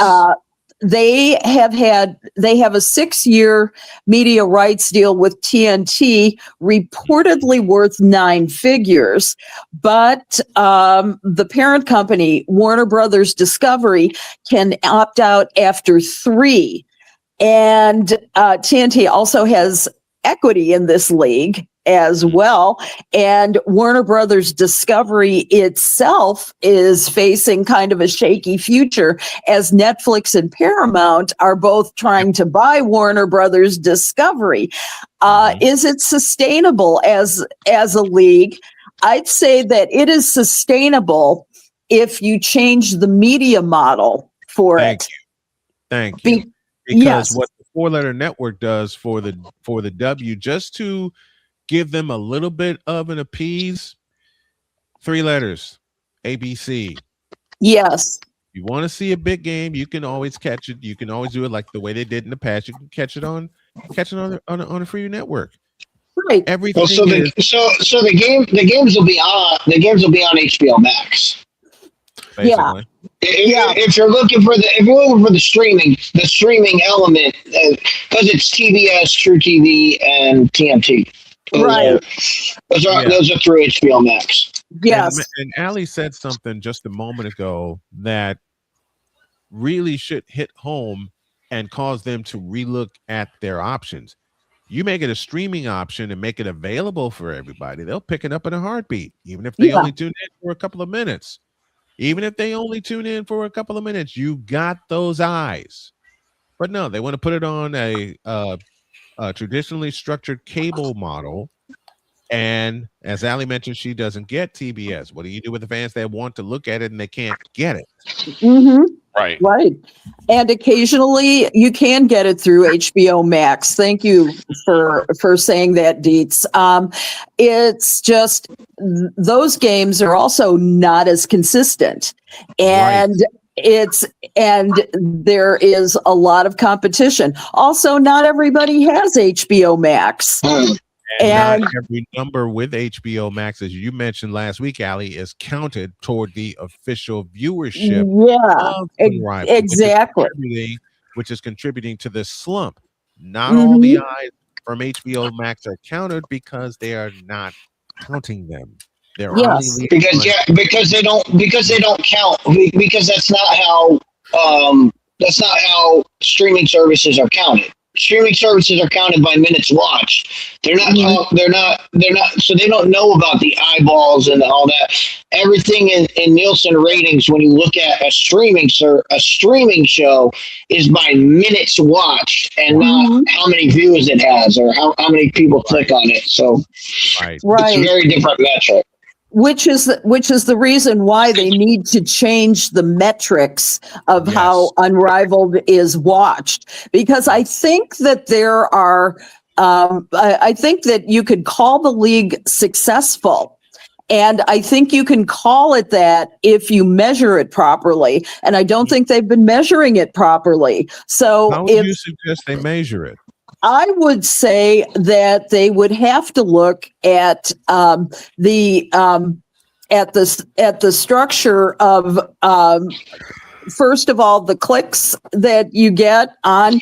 I think they need to pull in the HBO Max somehow. I don't know how you would do that, but I have a feeling that it's a much better watched game than that.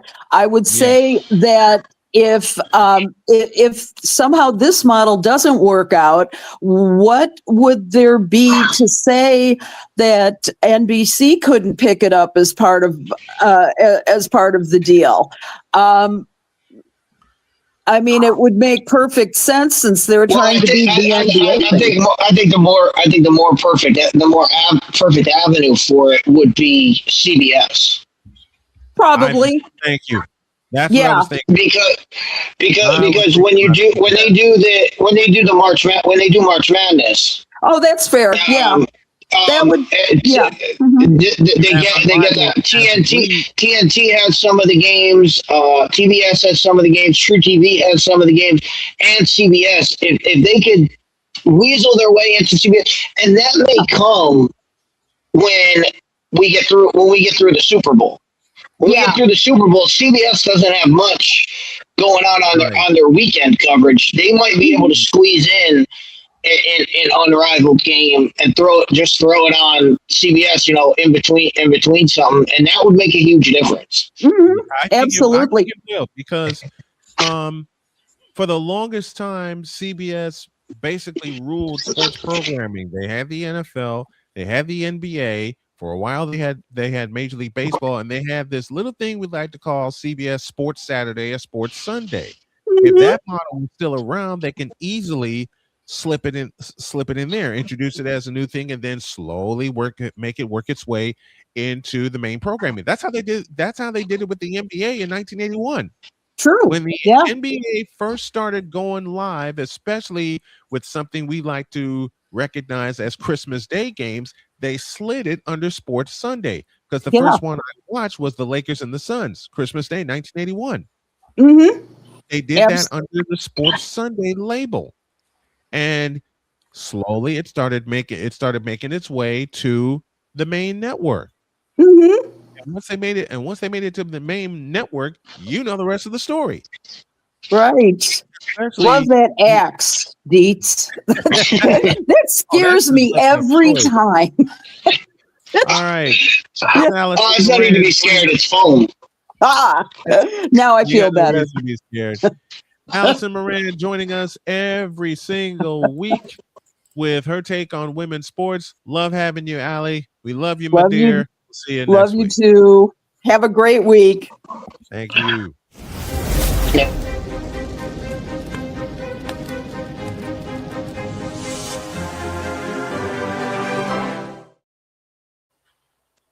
Now, I have a surprise. Oh. Here. Oh dear. Oh boy. And here's the first What's part going of on? it. The following is a public service announcement from Wise El Jefe. Boston. This has been a public service announcement from Wise El Jefe.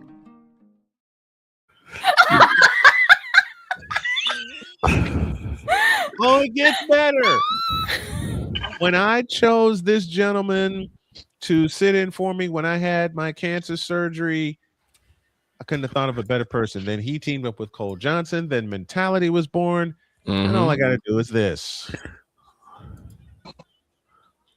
Ladies and gentlemen, please welcome the person who is hitting the bong later but loving New York. Number 420, Wise El Jefe. Number 420. Wise, my brother. Ladies and gentlemen, the name of the lawman, the outlaw, and the holy bizarro. What's going on, Victor? What's going on? I gotta start off. I gotta make an apology real quick. I am so sorry, Wise. Why? Because when you came on to Shooting Lights Out, I brought up a name I had absolutely no business bringing up. Oh, you mean my trigger word? Yeah. Oh, yeah. My trigger word, yeah. I've come to terms with that. That's my trigger word, and that individual, yeah. Yeah. All I can say about Wise being here is it's not Wednesday.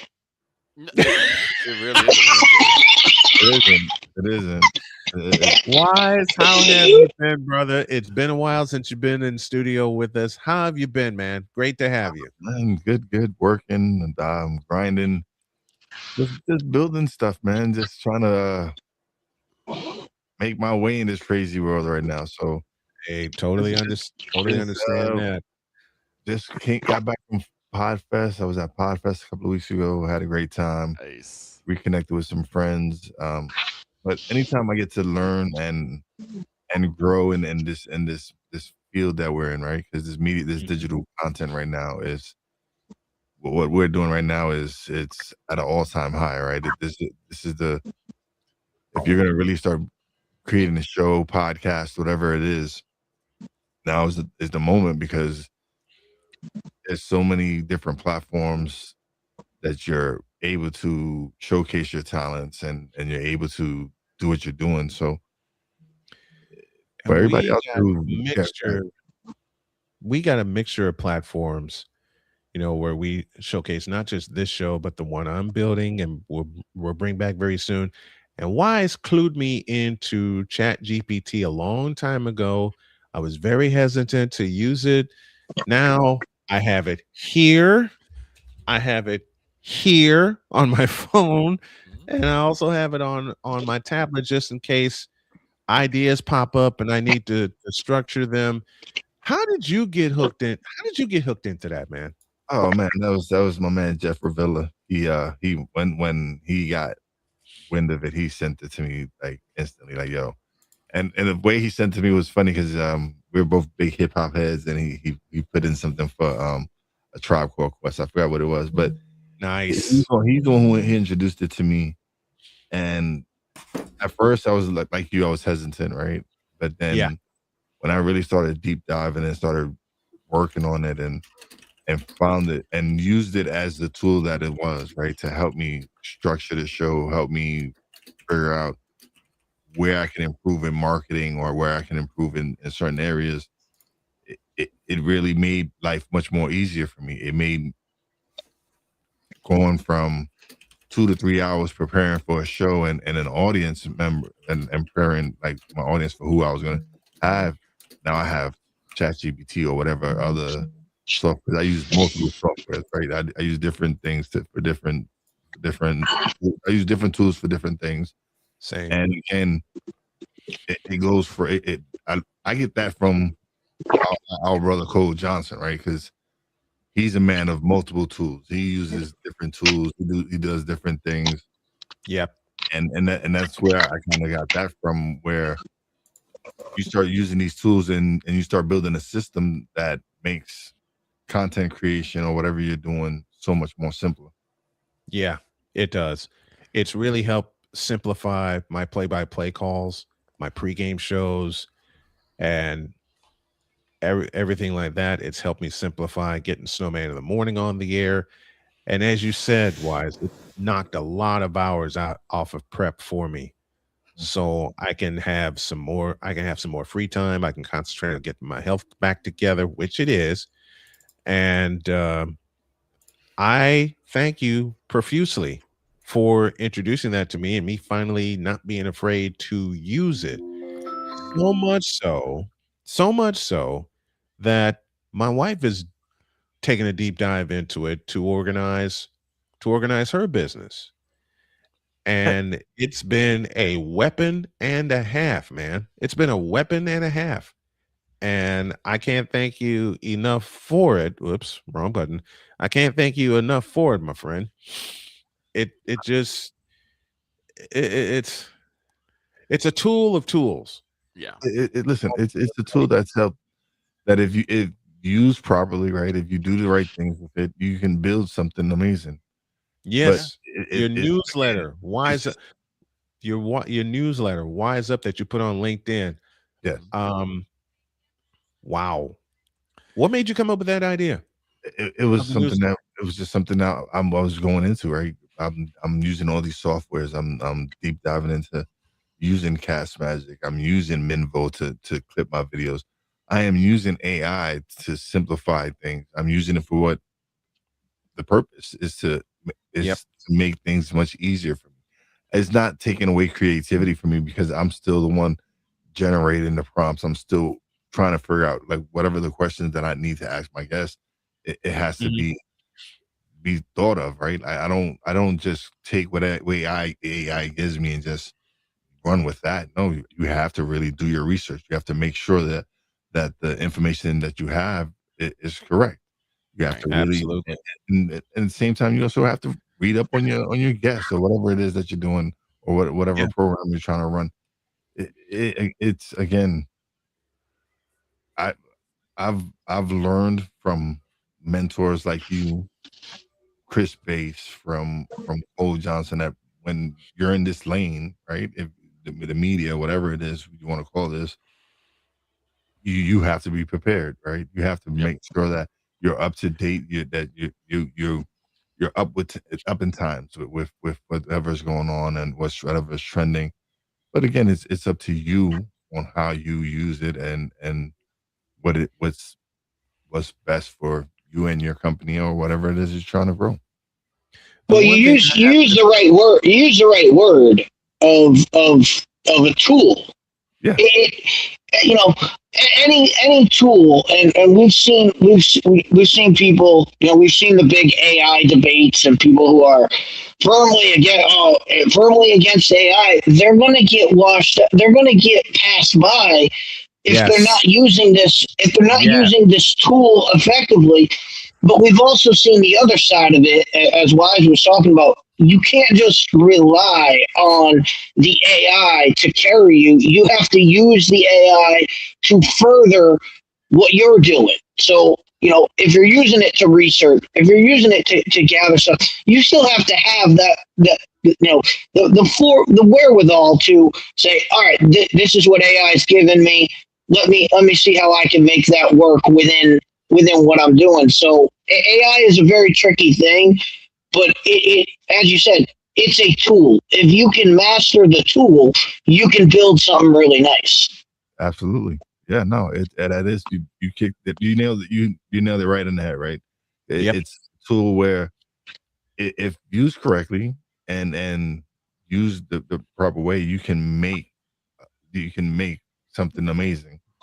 But then you get people that just feel that that's the only thing that they need is to be successful as the AI. No, you still need to add your sauce to it. You have to add because people, regardless of what, if you're using AI, right? People still crave that authentic you.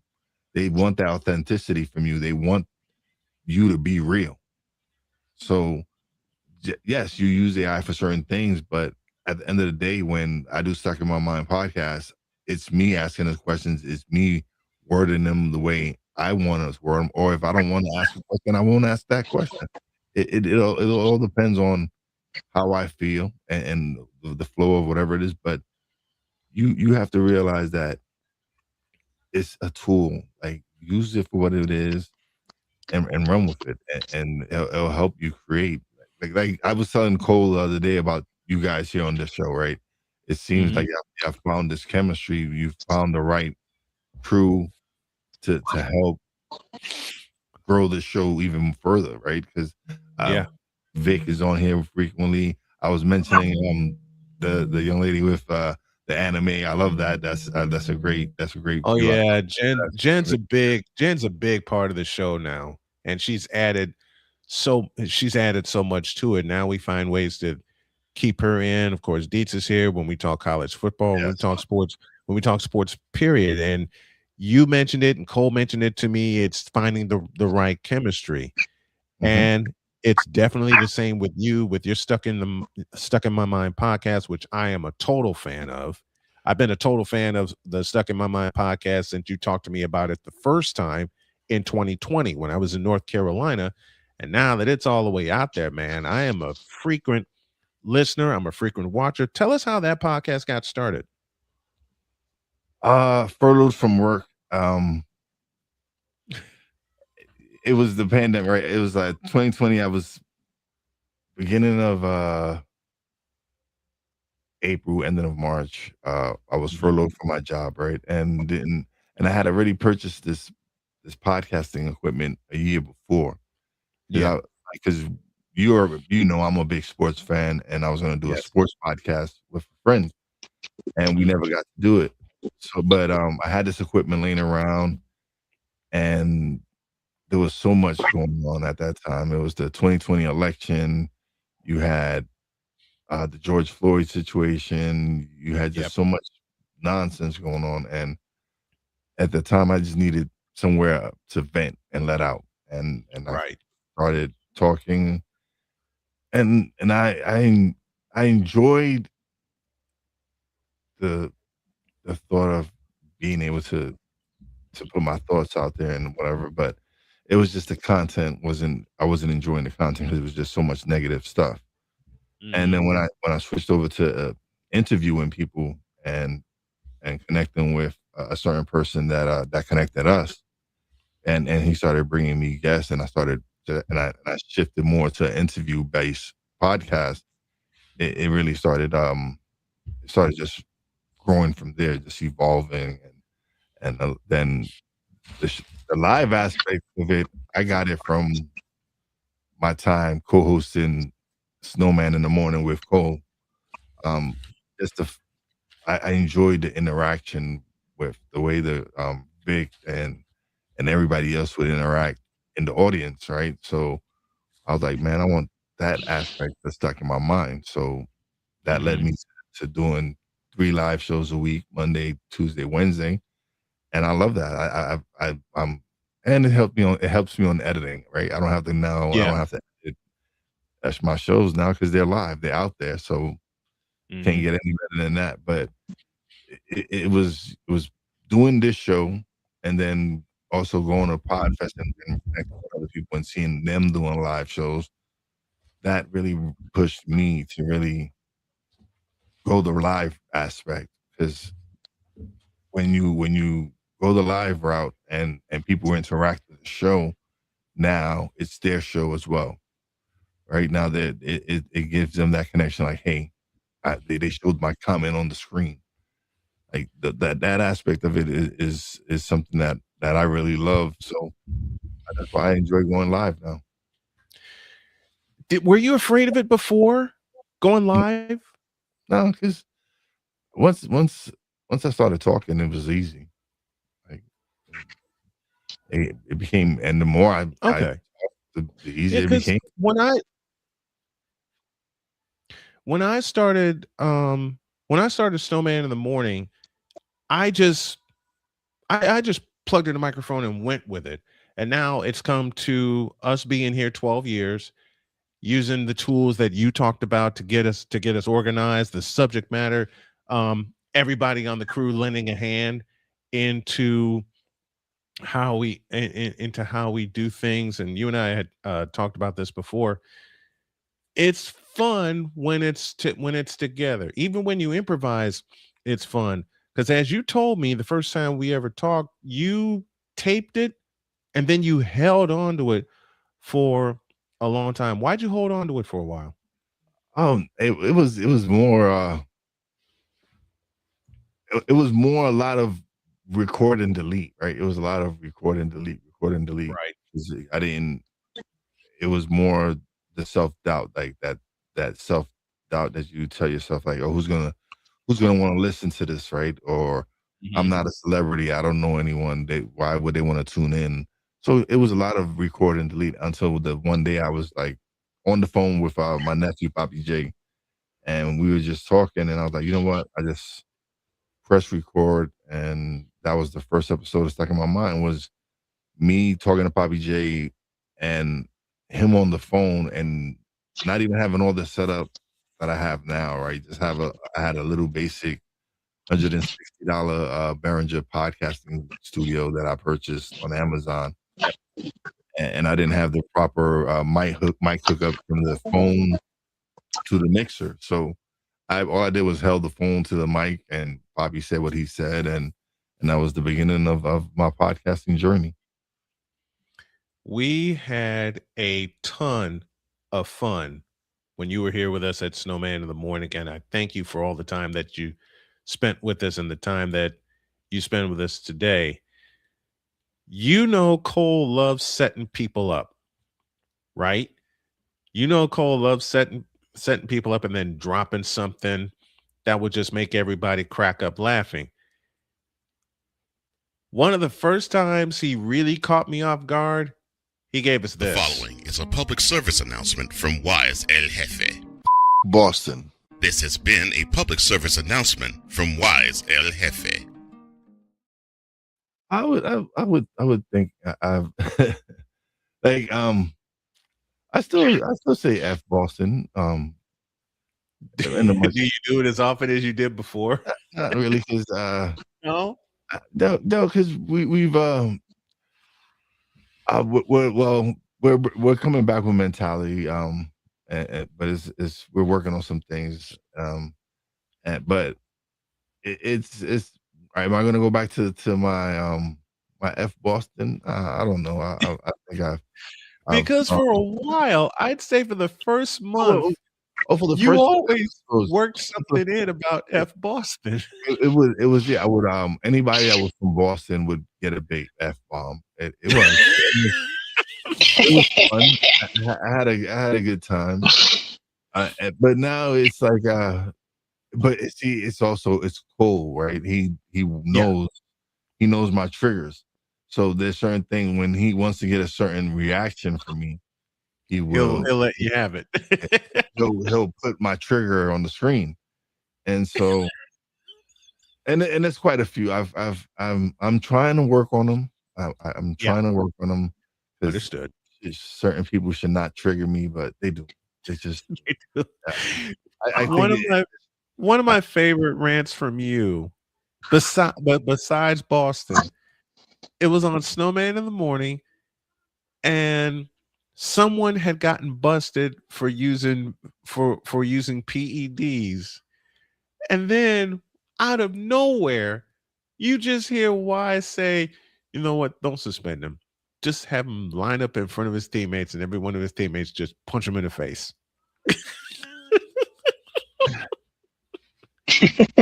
It does seem like people don't learn, right? Like this right people, and so that's why effing moron of the year was born. We're working on making that. We're actually working on making that a real live show, right? Like he sent me, because if y'all ever do it, I want to MC it. Oh no, I want to be the MC for it. He's in his creative bag, and he's been sending me stuff, and one of them was the effing moron of the year, and and I missed that. I actually missed. That's one I really kind of missed. That was one of my favorites, because every show there was a new one. There was there's someone new, and we had some repeat offenders. We did have some repeat offenders. Well, speaking of Wise rants and whatnot, Victor, you still there? I don't know if Victor's still here, but Wise, tell us about the NBA Cup. now that the Knicks have the cup, I did say I was going to celebrate it. Yes, I did. Yes, But you did. You did. Yeah, because I remember that. I did. remember the last time we spoke. I said it sucked, and then but unless the Knicks won, then I would celebrate it as a championship. There you go. But then I'm not. I've never shied away from stuff I said. Never. Right. Right. That was hilarious. But I did. I was happy with the fact that they didn't hang the banner up, like, because we don't want that. We want the chip. We don't. You want the one in June, not the one in December. Yeah. So, but people still were like, "Oh, it was a chip." Like, nah, y'all. That's what y'all want. Like this Knicks team right here. Their goal is an NBA championship, and they felt they didn't want to hang a banner, and I commend them for that. I do too. So I do too. I don't want to hang a banner for the NBA Cup. I want to hang a banner for the NBA World Championship. Yeah, that's the one that you should. That's the one that you should compete for. Really compete for. And I get it. I get it. Why the NBA does it, right? It's generated more. Like the viewership has gone up each year for the NBA Cup, and people like the little go to Vegas, and it's all about the money. Bottom line, it's all about the money and viewership, and they're seeing the right numbers, so they're going to continue. They're going to continue to do it. So hey, listen, it's at the end of the day, it's always going to be about profit.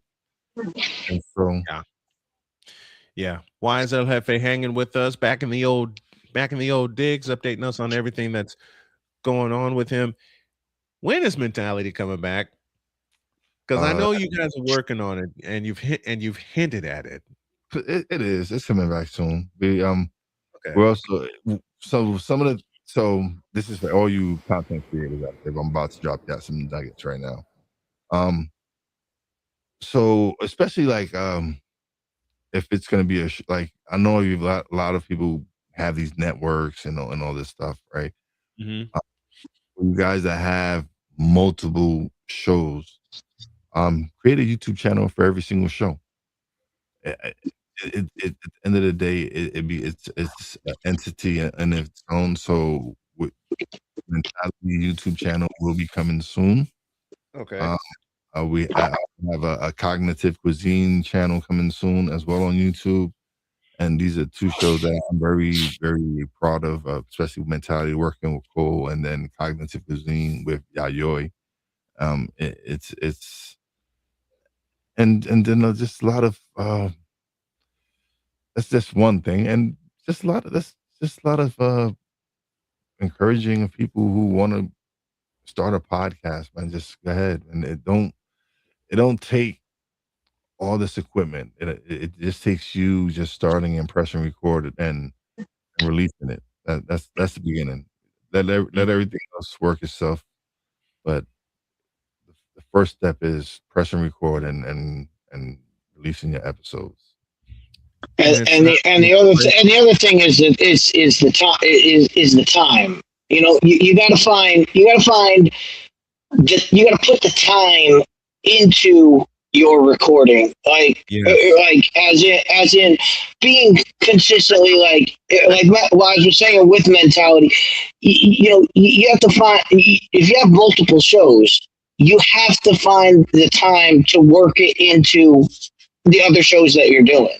Oh yeah, no, that most definitely, that's the most important thing. Different from me, like, because I've been doing this now going on 6 years. So yeah, but for someone who's just starting out, just the first, when you first starting out, it's the object is to get you to record and record frequently, so you can start getting accustomed and start building a system and learning how much time does it take for you to create the podcast or whatever is the content, whatever. Once you start doing it much more frequently, you start breaking down, like, all right, it takes me such and such time to set up the mic. It takes me such and such time to set up the camera. It takes me this much time to set up the sketch or whatever it is that you're doing, or whatever it is. So once you are more consistent with it, right? You start building your system. You start knowing, like, all right, this is the amount of time it takes me to create this. Now this is what you do every single time now, right? And as time goes on, with anything, the more you do something, the more you get better at it. That's just facts. Like it just happens. If you do things consistently, and you enjoy doing it, you're gonna honestly get much better at it. So yeah, I like that you said. I like that you said. Just hit record. That's the hardest part. That is the hardest part for most people is hitting record and doing it. And I'm like Wise, where and when someone said, "Are you scared about going live?" Going live was the easy part for me. The hardest part was editing something. Because I'm my harshest critic. So when I have to go through and edit a video, I hear everything and I'm like, this is trash. This is trash. I gotta scrap the whole thing. Like I hate it. Whereas when I'm live, just go. It's out there and there's nothing I can do about it anymore. Just go with it. I'm my own harshest critic also. And I learned a lot of that from Dad because he really wanted me to really be great and do great when he gave me my first set of encouragement being a play-by-play announcer. Excuse me. And I've said many times on this program, the person who did it for me besides my dad was the late great Jim Durham, who was the voice of the Bulls for many years. So I used a lot of tape and learning from him, learning what he does and how he prepares. Now we go into the 21st century with how I prepare and using Chat GPT as the perfect tool to get me organized. And the being my own harshest critic, I could have called this play better. I could have called that play better. I've added something to my play-by-play calls that was suggested to me, and it was called an accountability report because for the longest time I broadcast in fear. Now I don't. I add that accountability report. Did I show up? Yes. Did I do this well? Maybe. Did I do this? Okay. Yes. Did I go through the steps? Did I go through the process? And every single time I've done that accountability report, it's gotten me more emboldened to do more games and structure them correctly using the tools that I have and that I know. I don't like editing either, but I take a lot of pride in it to make sure you get the best content out there. I'm working on my shorts game to get more shorts back out there. Use that and use those and cut those as well, and use those as teasers going forward. I got you guys to thank, and I got this man especially who pointed me in that direction. You, Jeff Ravilla, Cole Johnson, everybody that pointed me in that direction to use the 21st century tools that we have that we have right now. And Wise, I got to tell you, when I went under the knife for my cancer surgery and I asked you to step in for me, you took it and ran with it. And man, that to say thank you would be a horrible understatement for that, because you and Cole took it and ran with it. That's how mentality was born. That's how our friendship developed. That's how our brotherhood developed. Forget a friendship. That's how our brotherhood developed. And now to see you being the star that you are, I love you very, very much. I love you very, very dearly. And brother, I'm going to cry when I say this, but I mean every word of it. I am so very proud of you, my man. I mean it. I am so proud of you. Listen, I'm no star. I'm no star. I'm just me, right? I just love doing what I do, right? Being able to create the content, have the conversations that I have is something that I've gained so much from. I've learned and grown so much from these conversations. But one of the most important parts from it has been the relationships that I've been able to build from podcasts. Yes. It's the friendships, the lifelong friendships that I've been able to build with people that I've actually been able to go hang out with. Like me and Cool McCain have hung out in person, right? Like I was just recently with Cool a couple of weeks ago when I drove through Charlotte. It's going to go help Jeff support Jeff Ravilla open his podcast theater and be a part of something great there. It's going to Podfest and connecting with Alex Sanfilippo and being able to build up a relationship with someone who's who's doing some great things in podcasting. It's those relationships. It's being a part of Snowman in the Morning with Cole and you, and being able to step in and learn this craft and improve on myself by doing the live shows, right? Like I didn't have a clue.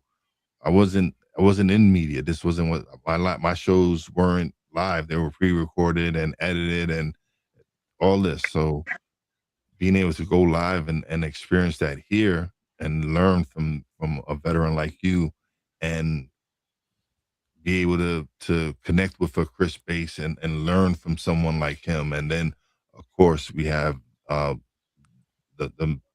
genius himself that is Cole Johnson, and being able to pick his brain and learn how to build a show watching this man build the show.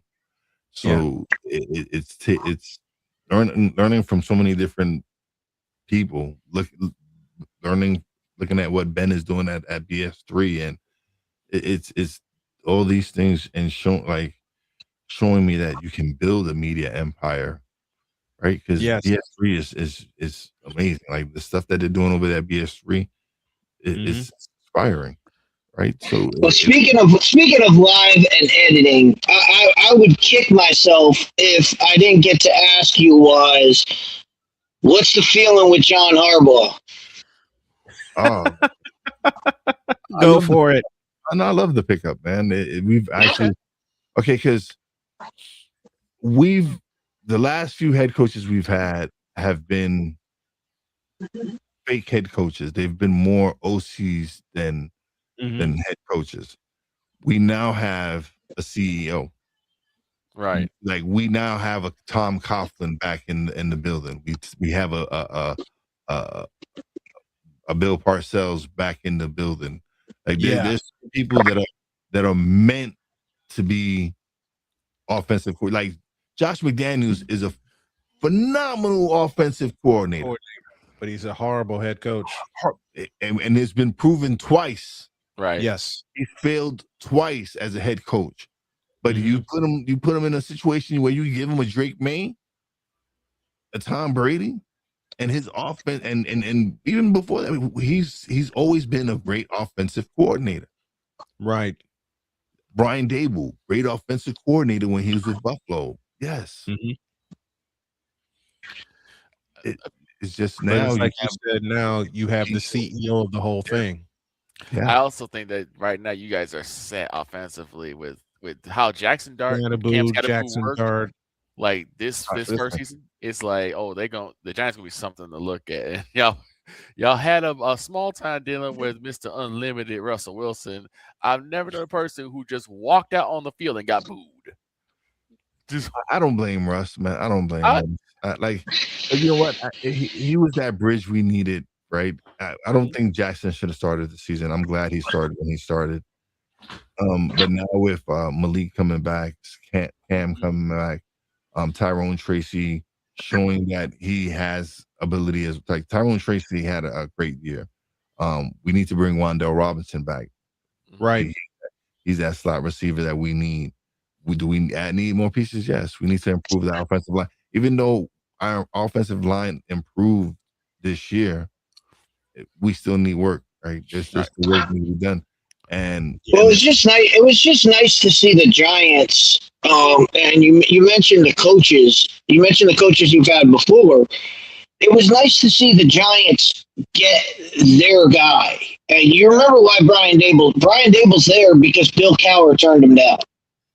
You know, they were going after guys and turning down, and that's why they had to go to coordinators and the second rung guys. It was nice to see the Giants say, nope, we want John Harbaugh. He comes in for the interview, bang, leaves with the job. So that was nice to see for the Giants. Oh no, they definitely needed to go all. They needed to go all in and get him. Like he was the option. There was no one.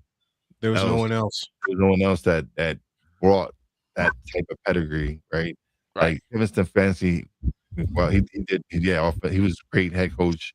and they screwed him when they stuck him with the Deshaun Watson nonsense. But, Right.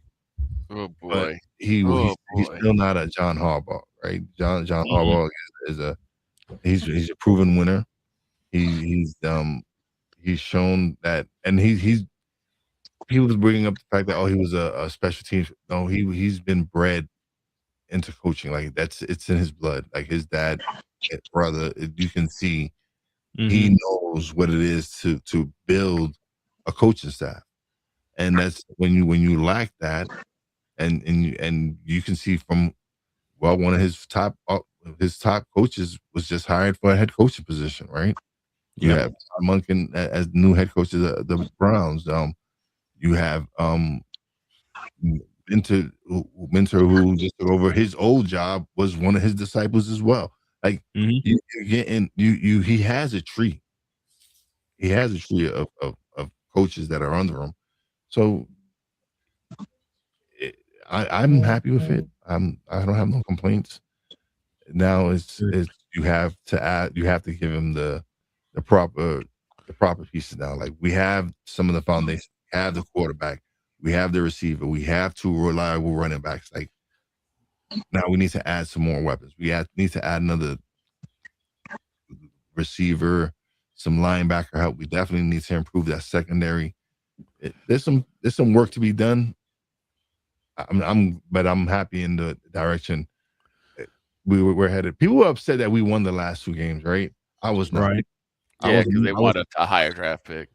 Yeah, but y'all don't really need one. You know what I wanted? I wanted them to experience winning. Right. Yes. I didn't want them to experience the losing. I didn't want them to make that the norm. So when they pulled off the wins, I was happy with that. I was like, no, this is what I want. And the other thing is you don't really need a really high draft pick because you already have your nucleus already. All now you need just them pieces to kind of work around them and build on that. But even high draft picks don't guarantee that you're going to get better, right? That's true. Sometimes these draft picks are a bust. Like there's been like some of the biggest picks that Cam Scatterboo was a 4th round pick, man. Tyrone Tracy was a 5th round. Like these were late picks for us. Like when you can hit on those picks, right? That's when you're doing the right thing, right? Like when you can hit on those picks, like because it don't matter when. Like we signed, all right, we drafted Daniel Jones number 6 or whatever it was we drafted. He was okay. I don't think he should have went that high. I don't think any Duke quarterback should ever go that high. But right. And Wise, you and I say it all the time about late round gems, 4th, 5th round gems. Those turn out to be the players that wind up being the foundation of your team. Hey, at least you say this: the Giants are in a much better shape than the Pittsburgh Steelers are. Mike McCarthy. Well, it's getting back to Giants football. That's going to help them. Yeah, you know, the Jumbo Elliott's of the world, the Bart Oateses of the world, the offensive line is what carried the Giants always. Yep, and it's building that back up. And get one back of to my the favorite Super Bowl offensive lines. Yeah, one of my favorite Super Bowl offensive lines for the Giants, left to right, was let me see if I can remember this correctly. Jumbo Elliott at left tackle, left guard was William Roberts, Bart Oates at center, Eric Moore at right guard, and then Doug Riesenberg at right tackle. That's from Super Bowl 25. One of the roughest, toughest offensive lines ever with the Giants, and they played Bill Parcells Giants football. Yeah, they played and throw Mark Bavaro at the end of it. Oh God, Mark Bavaro. He was like having an offensive tackle at tight end. The man who made Ronnie Lott, one of the hardest hitters in football, look small when he carried him 15 yards. And you have to run the football effectively too. Yep. You go back to run the football. That's what really that's really helped. This we talk about Giants football is you run the football. Yeah, you got to think about those championship teams, right? Even the late ones. all they had, what they did was they had Joe Morris in the '86, right? And then the '90s you had Hampton, and you had Not only that, you had Otis Anderson. Otis Anderson. You had Otis Anderson running wild in the Super Bowl. And then, and then later on, you had Tiki, you had Brandon Jacobs, Ahmed Bradshaw. Like you've always has built this team around defense and running the rock. Why has that been something people got away from? Why is it something that people have gotten away from? Because a lot of teams, it seems to be more pass happy, more pass first. I can partially answer that. It's the new shiny thing that they want to do. They want to throw the ball 40, 50 times instead of relying on something that is basic, which is running the football. You turn and stick the ball in the belly of your running back 25 times, you're going to get some yards. And that's why last year, right, the people who hated the Eagles, right, because they would run the ball all over you with Saquon. Barkley. Well, look at the two teams in the Super Bowl next Sunday. Yeah, Drake May has had a great year, but how did the Patriots get by the Denver Broncos? They handed the ball to Ramondre Stevenson. They handed the ball to Henderson. They handed the ball. Then go look at Seattle. Seattle stuck the ball in Kenneth Walker. So it's just what happened. Seattle's going to definitely miss the other running back. He's out for the Zach Charbonnet. He's out with it. Yeah, I think he's out with an ACL. No, it's an ACL. He's out with an ACL. Yeah, he hurt himself seriously. Yeah, so but they still have Kenneth Walker. And but they play with it. Their defense plays with the nastiness as well. So we're gonna see. It's gonna be interesting. It is going to be interesting. Before we get out of here, I want to leave Wise with this gem. Because we take this job so serious. The is that? Sorry, pardon me. My apologies. What in the all types of blue hell? This is Snowman in the Morning with Cole Johnson.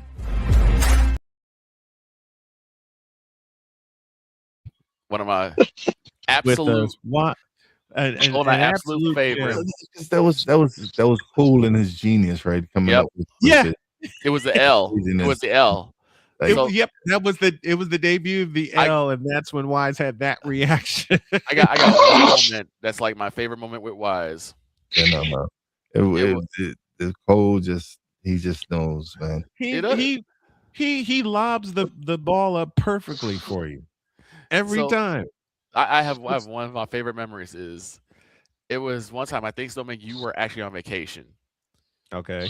Cole and Wise were doing the show, but Wise was a little late, and so I came up with a ad called Lightfoot Lotion. Basically was, if you don't want to be like the ever living, just trust in Lightfoot Lotion. And Cole put up there. He put the picture. But the funny thing is that the very next day, Wise said, we had a lot of fun today, but I gotta actually address somebody. Yeah. I just said, Victor, he did. You know you're not supposed to bring up nothing about the ever living. Yeah, like there was supposed to be no mention of Mum Ra, none of that. And we had a running joke because of Chicago looks like Mum Ra the ever living. Yes. She looks more. She looks like Mum Ra, yes, and she also looks like Gola. So yeah.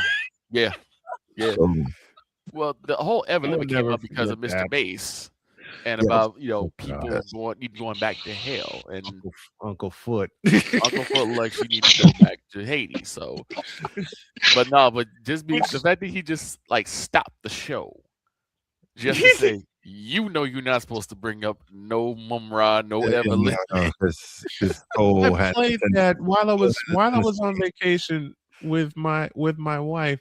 She says, okay, go ahead and check in to see what the guys did. And I saw that, and she saw that, and we laughed all night for that. He knew better. I knew better. He I knew knew better. better. I knew he wasn't gonna be on. So I'm like, okay, it'll be a whole day. He's not even gonna remember that. And it's like, nope, he saw that. Nope. And caught that. He saw that and kept it. Yeah, no. He saw Yeah, that. I think I called her Mumra, and then the next day Cole had, when they were talking about it, he had the Mumra clip. No, he had it locked in the chamber, ready to go. And it's just like you mention anything, and then he just pop a picture of up at any time. Like, yep, you did not know when he was gonna strike. Listen, Cole is an absolute genius. You two gentlemen were geniuses together. All we had to do was say something, and if it sticks with Cole, it's going to happen. That's a habit I picked. That's a habit I picked up from him. I cannot wait for Mentality to come back with I can't wait either. Legends. I can't wait either. We love you, Wise. Thanks for stopping by and hanging with us. Really, really appreciate it. We love you very much. Wise El Jefe, returning to the old digs, ladies and gentlemen. Well, thanks for having me. I appreciate the time, man. As always. It's a pleasure. It's an absolute pleasure. Thank you, sir. Appreciate it. No problem. Love you. What do you do, man? Wise El Jefe, folks. One of the legends of Snowman in the Morning joining us. And we got to get on out of here because I got to go get some food. Have a great day. God bless. Remember to make your next move your best move. And always remember, if your dreams don't scare you, they're simply not big enough. Dream big, do bigger. We are, and we hope you all are too. God bless you. And thank you again, Wise. And thank you, Allie, as well. So long, everybody.